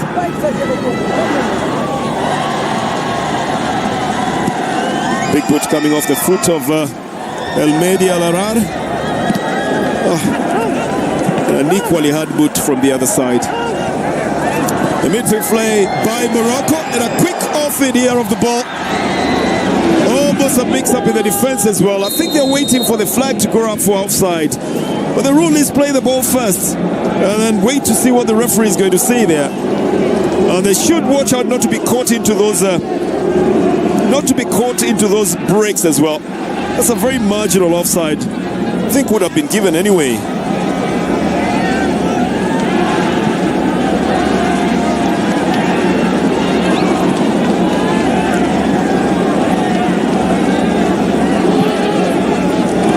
The defense there almost mixing itself up at that moment.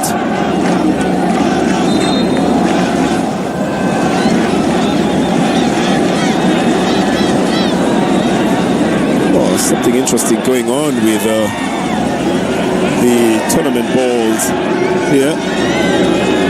Oh no, this is bounced for the Moroccan, for the Angolan side to start the play again. So Gogora is getting involved in a lot of the moves that the Angolan side is starting from their half, but they need to get a way of moving from their half into the second side of the game.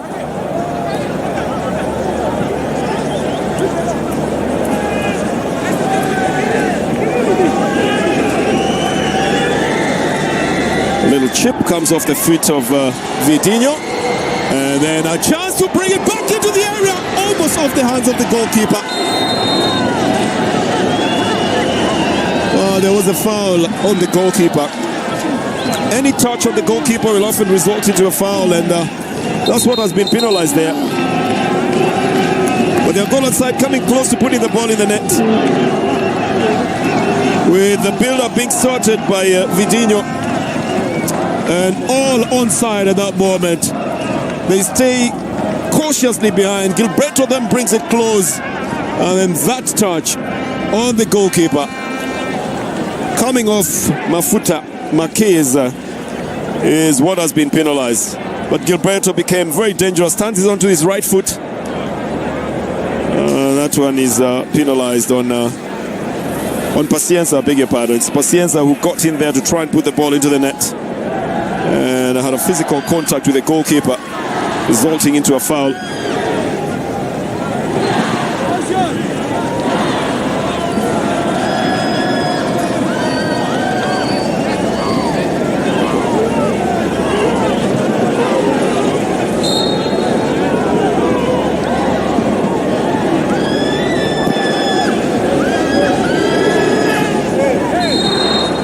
A lot of pushing and tugging at the moment.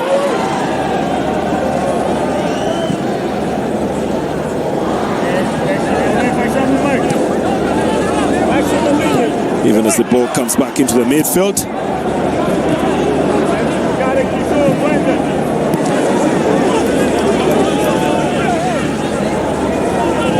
So it's again all the way back to the Petro Atletico defender Kinito to start it. Plays it to Lemo. The teammates at Petro Atletico are marshalling the defense for the Angolan side, and they really need to up their game now. Long ball onto the left side, chased massively by Imadriahi. You have to marvel at the work that he puts in. It's going to be a throw-in. Even as Aguilardo goes down.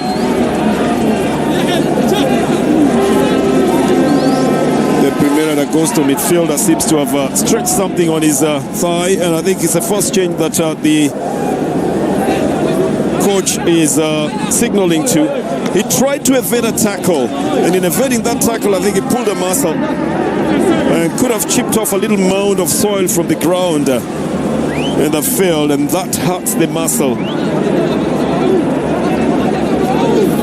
Didn't have possession of the ball at that time, didn't even touch it, but I think it's just the movement of the body when he tried to change direction. And Concalves is very quick and willing to make a change in this one.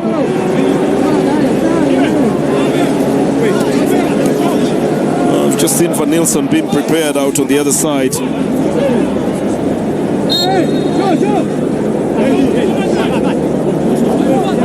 As the throw-in will be taken. They're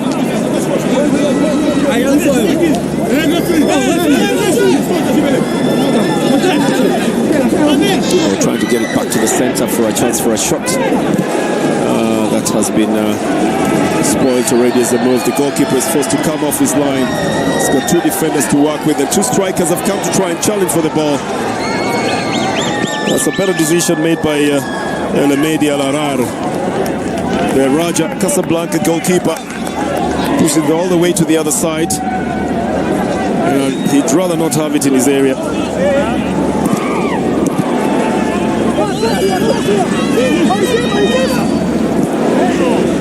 Vidinho's had a lot to get out of this area most of his time. Here is a chance now for Petro and for the Angolan side to at least pull one back. I'm not sure what Pacienza wanted to do, but I think he opted to go for individual flair, individual glory. He had the support coming in for him. And all it needed was a little pass in that direction for a better chance. This is going to be offside from Nasser Maroui. He's trying to hasten the pace as the Angolans were still mosing over the chance that they have missed.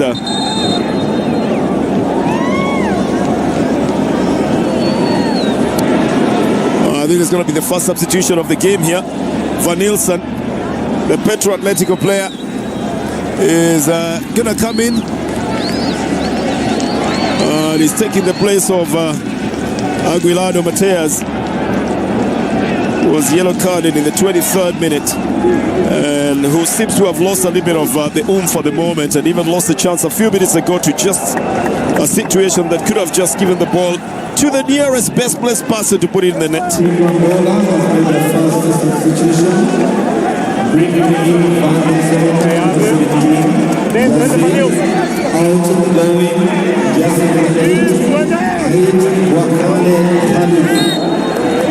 Van Nielsen Tita, who's just come into play, is one of the youngest players of the tournament at 20 years old. He's had 3 caps and 1 goal to his credit. And equally plays for Petro Atletico. Now he's going to wait to get all the feed that is coming from the side.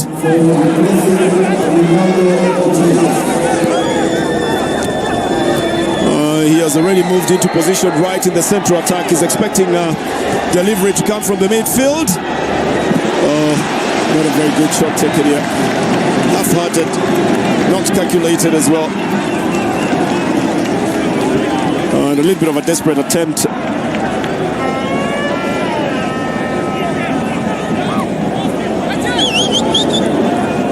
I think Alem was just not sure of himself at all. He didn't know whether he wanted to take a shot towards goal or he wanted to control it. The result is something in between that goes off the field of play and gives possession back to the Moroccan side.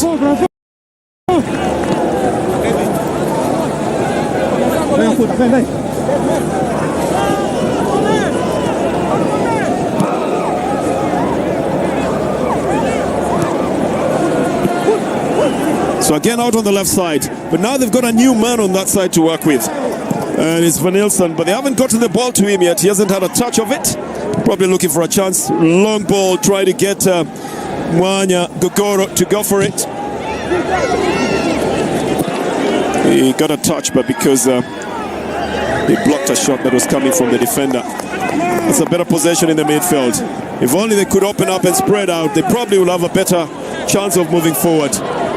Out on the right side. And a quick turn back into the midfield. And Nakeza. Oh, the man they call Mafuta. If you're a connoisseur of languages, you'll know that his name also means, well, fuel, petrol. And the man himself plays for Kabuz Corps.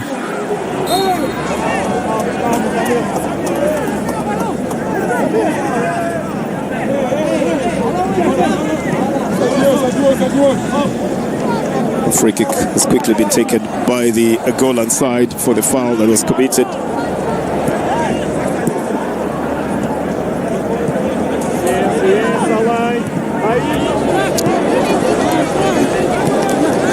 Where it didn't work in the very first half for the Angolans, it seems to be working this time round in terms of the slow pace and starting the build-up from their own side. They're believing still in going out to the flanks, opening the flanks and trying to bring the cross from in there. They're also believing in building from the back. That's the last man on the side. Look how far he has come. Right past the halfway line. And we've got more men up at the front. 5 strikers waiting for the delivery to come from the right side. Blanca Kirito was angling for that ball. A shot comes off the foot of Mwanya Gogoro. Headed back into the midfield, and then Marquez Mafuta has it. Another chance to bring in a shot. Doesn't quite work out for them. Will be chased by Afonso. He decides to compound matters by bringing the ball right back.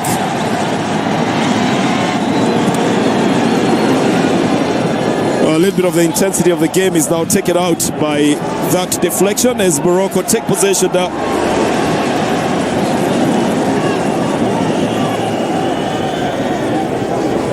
Mohamed Rabi.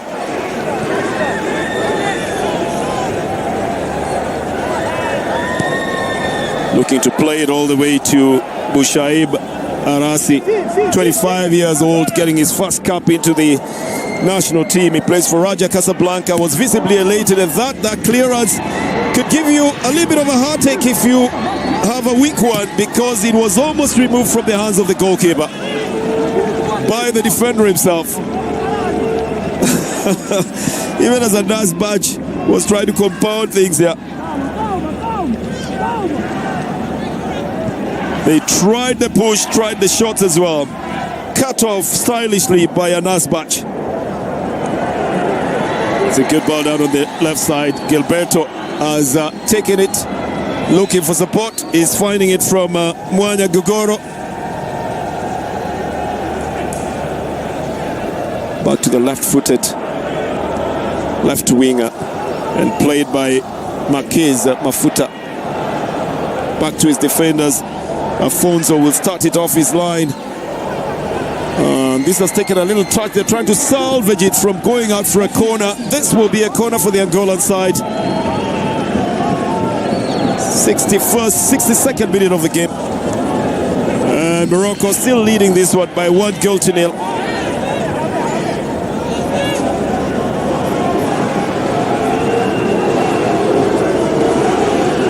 Has just realized there was one Moroccan striker up on the other side waiting for any quick break that might come from the Atlas Lions, and was signaling to his defenders to get back into line. It's going to be a left-foot-in swinger being brought in by Gogoro, a natural left footer, very low, and as well that defense hadn't cleared it. The touch looked dangerous, but the Moroccan side are making the best of it, and Anas El Maroui has latched onto that quick clearance. He's all alone up at the front. Now the support is coming in, but he loses possession. And it's picked up by Vanel Santita. The youngsters had to come all the way on his own to pick up the loose balls now that he was not getting the supply. Oh, there's an air of expectation that is coming from the fans here at the Nyayo National Stadium when Angola has the ball. They simply would like the side to equalize. Vidinho has gotten it back to Marquez Mafuta, and Vidinho again. They'll use the same tact as slowing down, but it's a very deceptive kind of slowing down of the ball. This is a good shape and a very quick clearance here. Coming off Youssef Bellamari. Cautiously tucking the ball out of play, noticing the danger that existed. This time round, no dilly-dallying with the ball. The cross came in tantalizingly. Came from Gilberto. It's going to be another corner. Just the fact that they've had two corners in the last 5 minutes or so tells you that the Angolan side is pushing and pressing to try and equalize.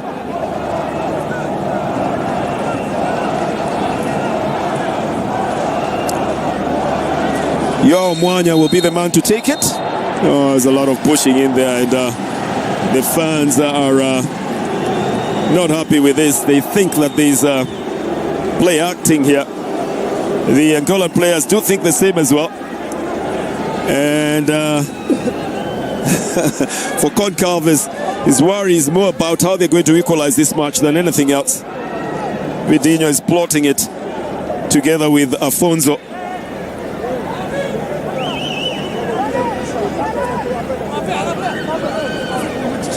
Yeah, and a little word from the referee to tell them to calm it down.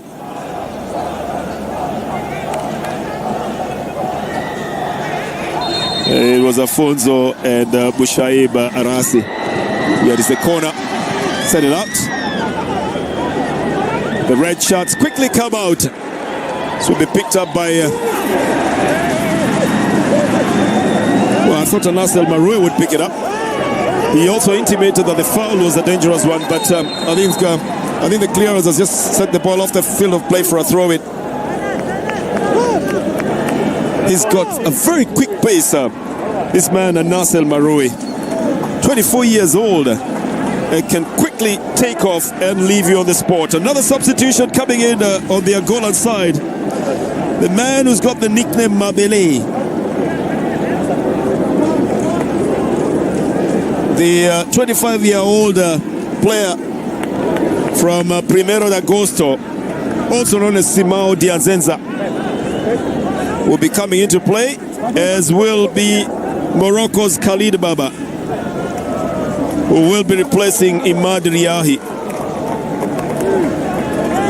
The scorer of the Moroccan goal has earned his rest in this game, and probably in preparation for the next one. The Renaissance right winger pushed the ball through the feet of the goalkeeper.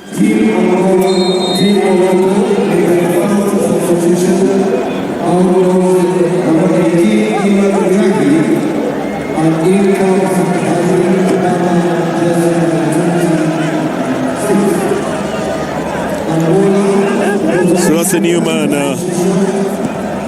His real name is Simao Dianzenza. And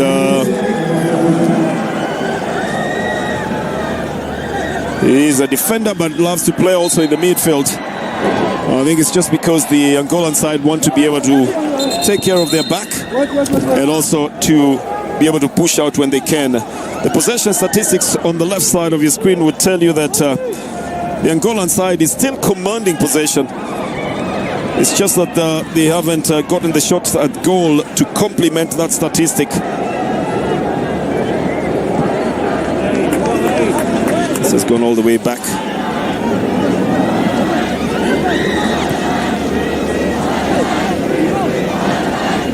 One 1-0 in favor of Morocco.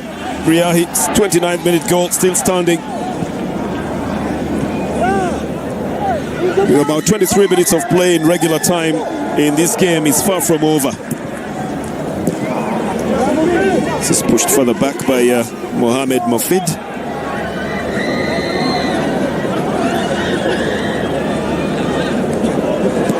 Well, looking like he's running out of options, and a very hard shot indeed back to his fellow defender. With Gilberto finally moving it forward. Alem. Well, they're going to try to control the midfield now, because that's where everything happens. And good 1-2 play with a little bit of intensity now coming from the Angolan side, and almost matching the intensity that the Moroccans had in the first half. More white shots in the midfield. Mafuta loses possession. I think Morocco opt not to go for the first break. And Ayub Balua just decides to wait for everybody else to come in. It's out on the left side. Here comes a crosser! And again, Ayub Balua was trying to get to the back of a move that he initiated himself, with a cross coming from the left side from the new substitute, Khalid Baba. 3 minutes into the game and already making waves in it.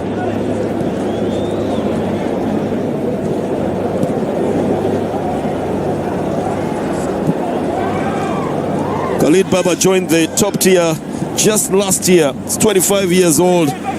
Right winger playing for Difa Hassani Del Jadida.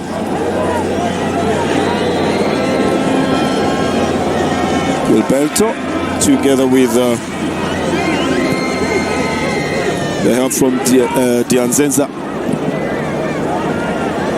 He managed to latch onto a loose ball on the right side.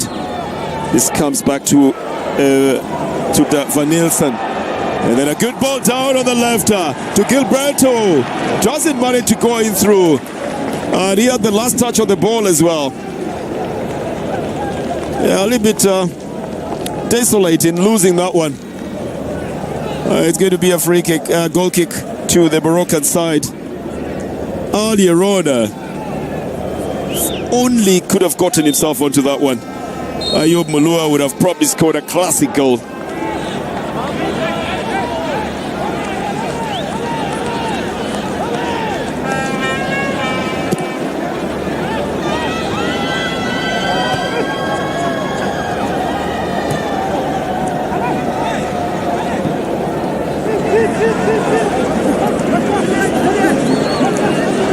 So again, it's the Angolan side that are attacking.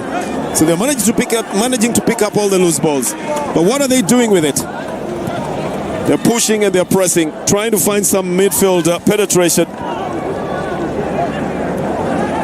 Oh, they managed to find some space in the middle. Comes out to Dianzenza on the left side with a left cross. And Gilberto finds himself in a difficult situation, sandwiched between two red shirts. Couldn't do much with that. But certainly Dianzenza lighting up the left side, and the crosses are coming a little bit harder and a little bit longer. 6 shots that Angola has had in this half make them have an upper hand in the game of statistics.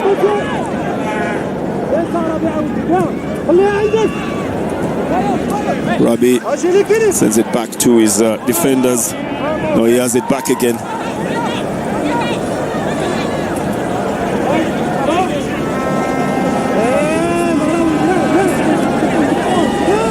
Mohamed Rabi seems to be the man around whom everything is rotating.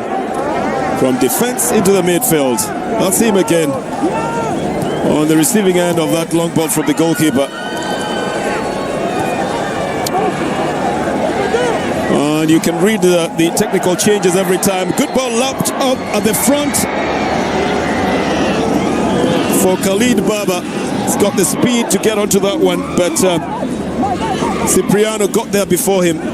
Sent the ball out for a throw-in. Morocco coming back again. They're looking to hit Angola on the counter-attack when they can. So they've opted to play the same way as Angola is. Roll the ball around, find possession, move around, displace some of the midfielders, push the ball onto the flanks, try and bring it across, or hit right at the center at a very fast pace. We'll see whether that works, especially with that man Marui up at the front. There's a lot to worry about. Anas El Marui together with Khalid Baba already causing a lot of problems up at the front for the Angolan defense.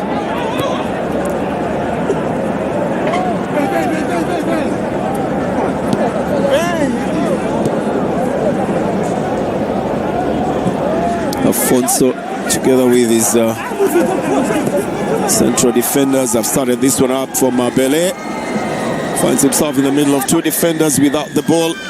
Spirited effort, but a little bit over-ambitious, especially with no support. Works better when you play as a team. That's Mabele again.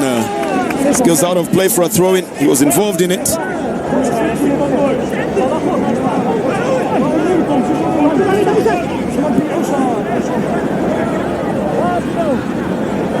He's going to go all the way back to Balanca. Likes to call himself Kinito. Well, the one thing you'll have noticed about the names of the Angolan players is because of the difficulty in pronouncing them and just the fact that they prefer to use 4 to 5 names, they have also adopted shorter, fancier names.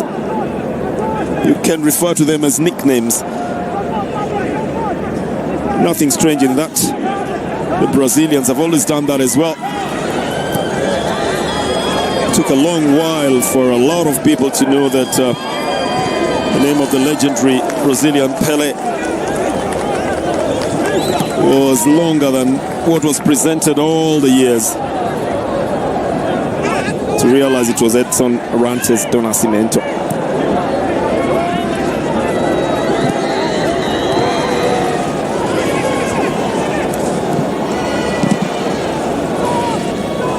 half-hearted attempt by Gilberto Delvi Miguel to try and control that ball. And,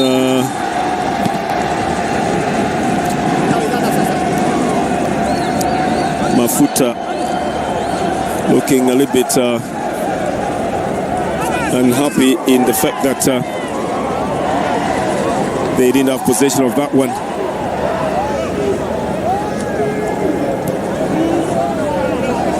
I think they're getting ready, the Angolan side, to bring in another change. This is Mabele pushed down, and he'll get the free kick off the tackle by Anas El Maroui.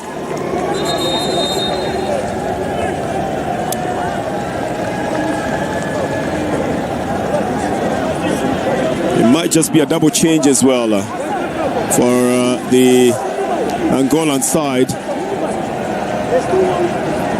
So the man they call the Corporal is coming into play.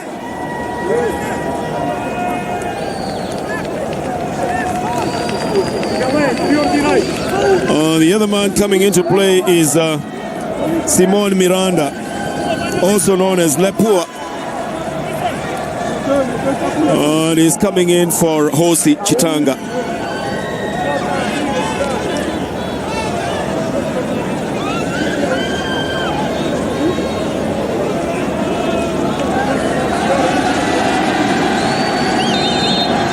Greeted with a little bit of expectation from the fans here.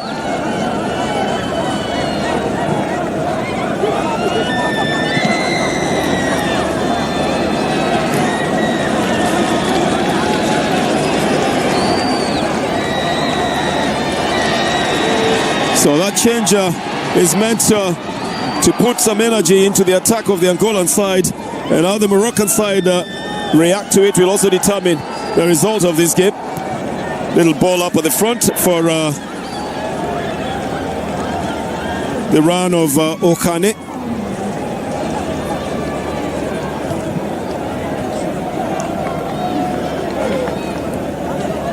So fresh legs into the field for the Angolan side, but then it's being tested very early in the game. So go out for a throw-in. Morocco still building up on the left side.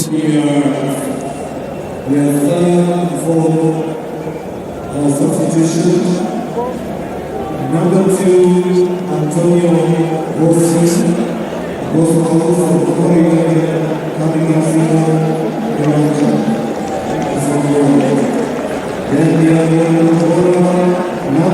So another substitution, and this time on the Moroccan side.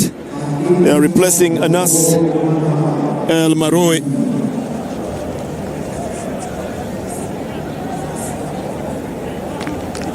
The COD Morocco player, 24 years old, was just enjoying his first cup. He will be replacing the game by Mohamed Boulassout.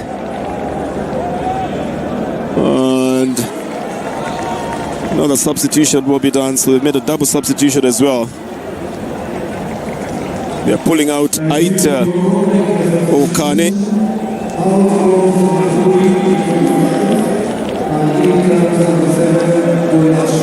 And Okane's place is taken by El Kabi Younes. Plays for Racing Club, 24 years old. And with fresh legs into this game, the Moroccans are already charging forward. This is going to go out for a throw-in. A desperate chip off the ball, intended to get it out of the danger area, but still goes out for a throw-in. That is going to be for the Moroccan side. Can they get a cross out of this one? Well, it's not yet out of the field of play. They should have known that. They should play to the whistle.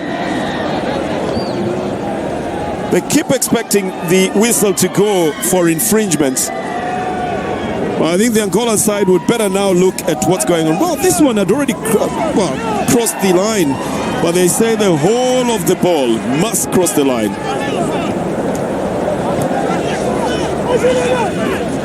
Out onto the left side.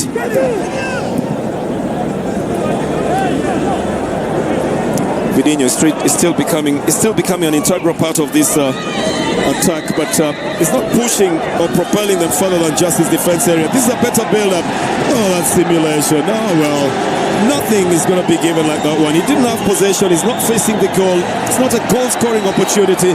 Here is a good opportunity now for the Moroccan side. And the new substitute, El Kabi, just 2 minutes into play, could have scored the fastest goal, having come onto the field for the Moroccan side.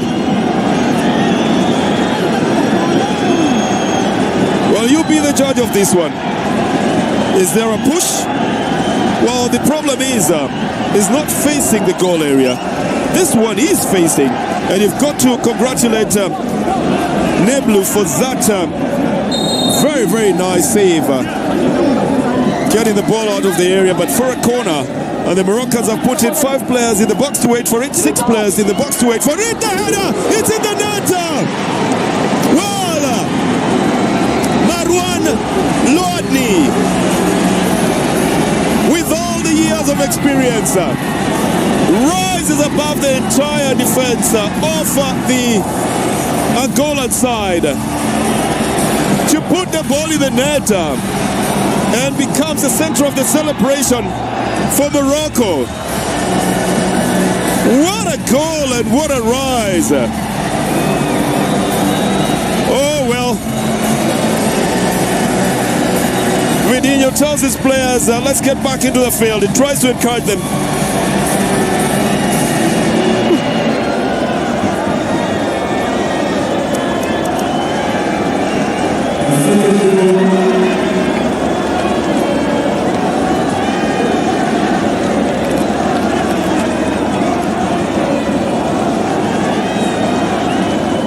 Well then, he'll take credit for that, Marwan Louadni. And it could as well have been put into the net by the defender from the other angle. But he'll take credit for it anyway. He gives a good reason to the coach to celebrate it. Marwan Louadni put some pressure in there. And yes, it's been given to him as Louadni. 2-0 for Morocco in the Group A match. A group that also has the host nation Kenya and Zambia. And 3 nations will have already taken the field. 4 nations rather in 2 games. What a goal by Morocco.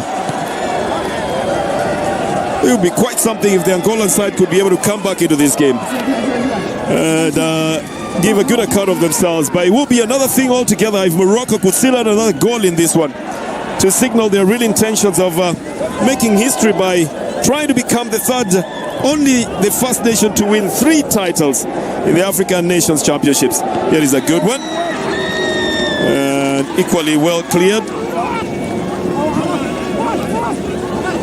by Mohamed Maufid. It's going to be a throw-in that will be taken by Simao Dianzenza. Gives it to Gilberto.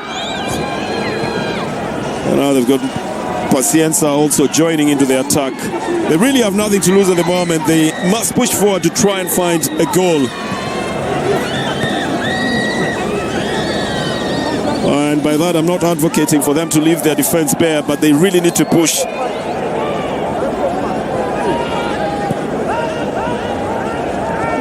Often enhances your chances if you have goals to your credit in case of any mathematical chances of moving forward.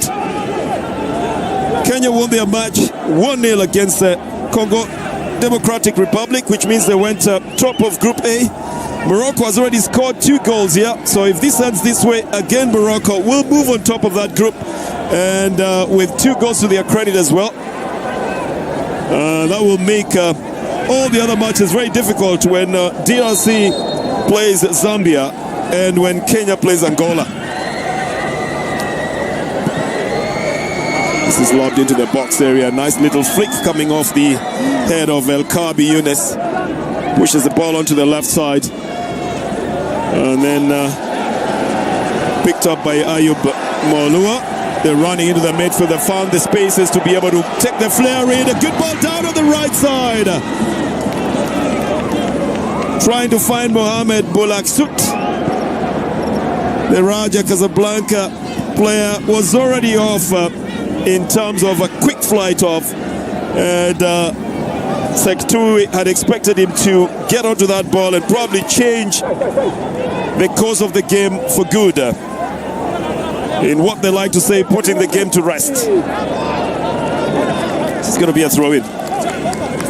Just about 4.5 minutes in regular time remaining in this game. And a little bit of desperation is beginning to show on the faces of the Angolan players, including Van Nielsen, who came in as a substitute later on in the second half, but already looking very spent.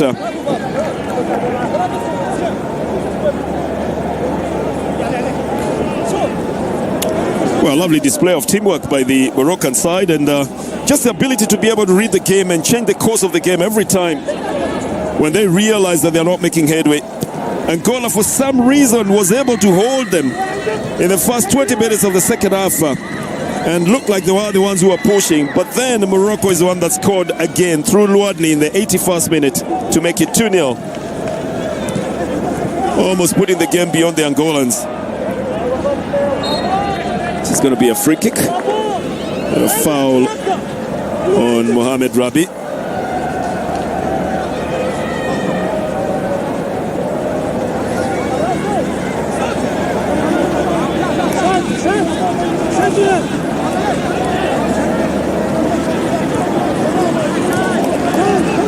So not looking like they are in a hurry. Pushing it onto the right side. Bouchard Barassi. And then getting it to Mohamed Mofid. And they can afford to give it back to Marouane Loadni. He's got very good anticipation and a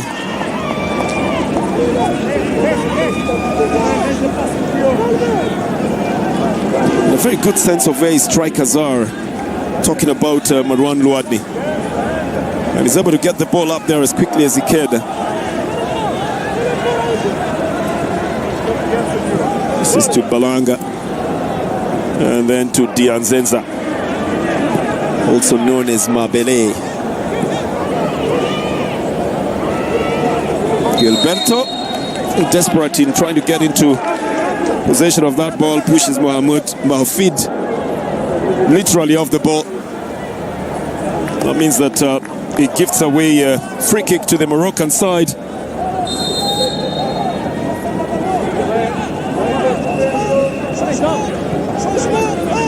All the way back to El Emedi Al-Arar. The Asfar goalkeeper.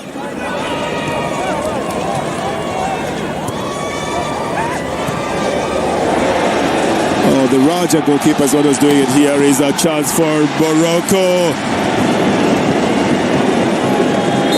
The Mohamed Boulaksut is denied by Adilson da Cruz Cipriano, just showing why he was the goalkeeper of the tournament at Kosafa. Quick on his reflexes, and on the left side, touches on that ball to make sure that he denies Boulaksut a chance to finish this game. Two more substitutions. Swane and Asal will be coming in.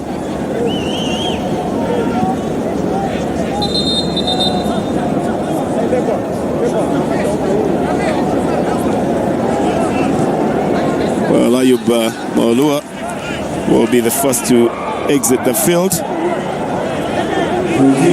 His place will be taken by Abdelak Asal in the 89th minute of the game.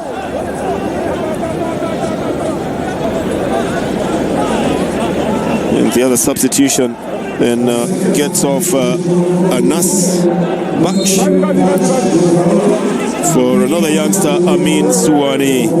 And I think this is just to give them a chance to get a feel of what it is like here at Nyayo National Stadium, because they haven't got much time to play.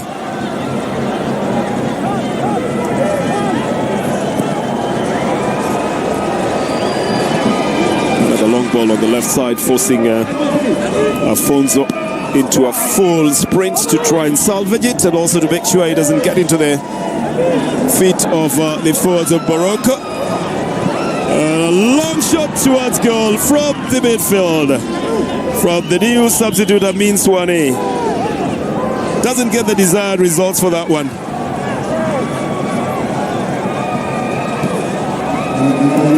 Amin Swane is a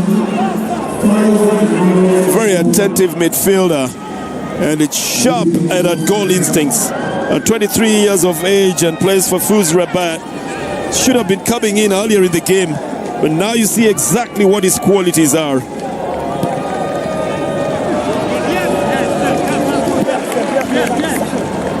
He brings exactly the qualities that he has brought into his club in Rabat. The Fat Union Sportive, Fuz Rabat.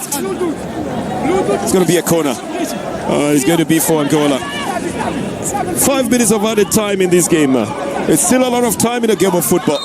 Not too much for the Angolans, but a lot for the Moroccans to do anything else they wanted to do on this field. Goes all the way back to Simon Miranda. Likes to call himself Lepua. Has come into play a few minutes ago in the substitutions that were made by the Angolan side in the 76th minute.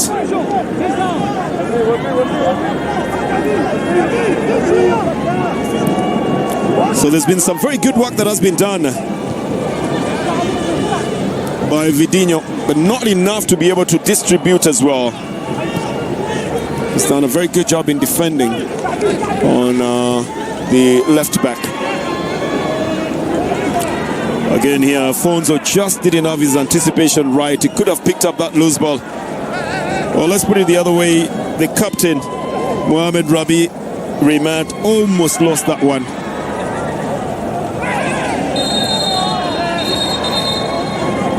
That's dangerous play. That has been penalized on Khalid Baba.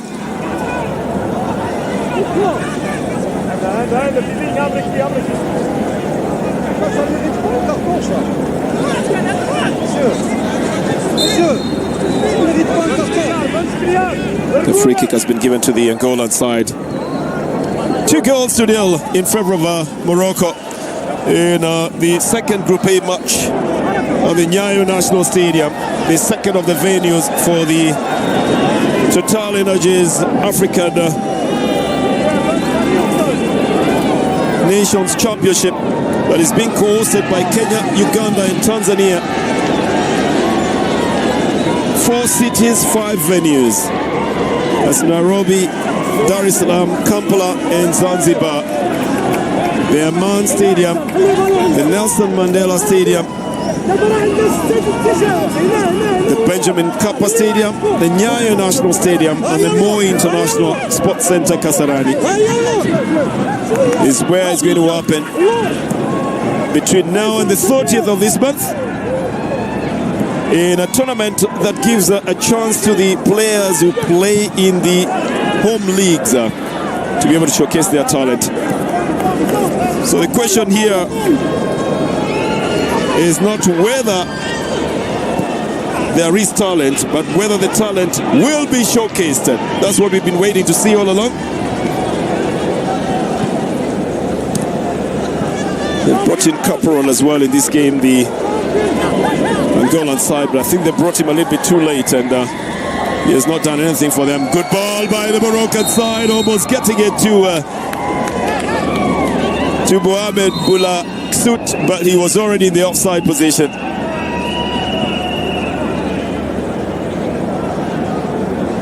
Well, that was going to be a very nice through ball, but from the direction he was approaching it, was going behind the defenders. Goncalves says you must seal those holes.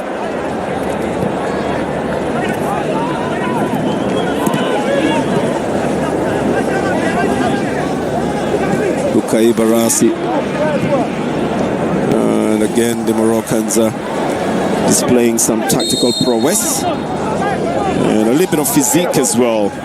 The stamina is showing very well in terms of the athletic build that they've got, and also just how much energy they're putting into the ball and the speed whenever they have possession. Oh, that's the final whistle.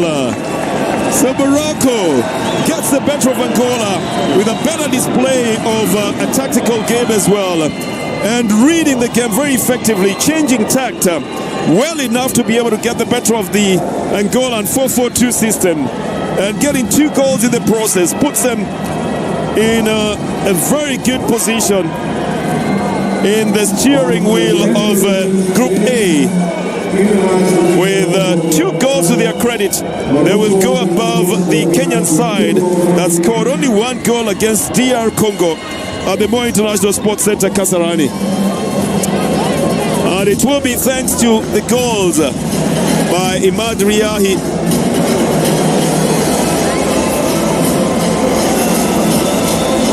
and Marwan Luadni. They will be the ones that will be celebrated by these Moroccan fans at the Nyayo National Stadium. What a game they had. And they mix a little bit of individual flair with team tactics to make it work for them. And it has not disappointed. Brilliant display of football, both individually and as a team as well. For the Angolan side, it showed that they had been playing together for so long. But this time round, that wasn't the strength. That could have been the weakness. That they played the same all the way from the beginning, right up to the end, making it very easy to read their kind of game. And Morocco, being the best-ranked African nation at the FIFA rankings, was quick enough to read their play and adapt and adopt a different kind of style that got the better of the Angolan side.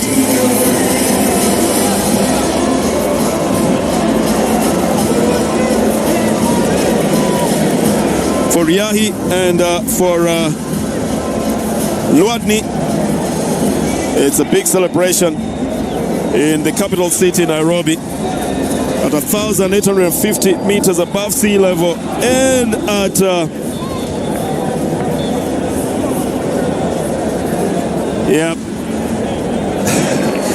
the cold can sometimes get at you at that level, but not for this man who's been declared the man of the match, Mohamed Rabi Rima. The captain of the side has outperformed in this game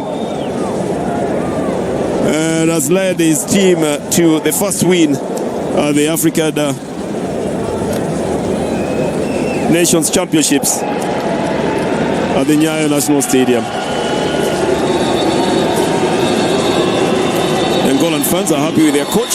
They give him all the support. Goncalves has got a history with the Angolan teams right from the under-17, taking them to the World Cup as well in under-17. And he also guided Angola to the quarterfinals of the CAF AFCON in Cote d'Ivoire, so they wouldn't lose faith in him. They would just probably say it was a bad day in office. They've got another chance to redeem themselves when they play against Kenya. That will be at 1900 hours at the Kasarani Stadium on the 7th. While on the other side,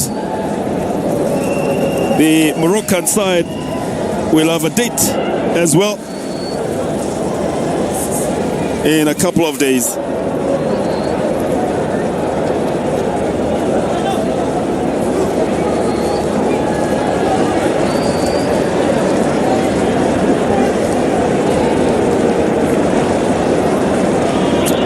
Looking a little bit desolate, but that's the nature of the game. One team will always be celebrating, the other team will be feeling a little bit depressed at the results of it all. But at the end of it all, you will also be happy to be just among the 34 African nations that have reached the Total Energies CAF African Nations Championships finals, including in the 2024 edition. So this tournament has got the largest field in the history of the championships, with 19 teams taking part, and also with an enhanced prize money of 3.5 million USDs for the winners, Everybody is trying to get the best here. The statistics are telling the story as well. Again, Angola had the bulk of it all, but they didn't have the shots towards goal. They had one less, in fact, in total, if compared to Morocco, and only 2 on goal. Morocco had 5, and those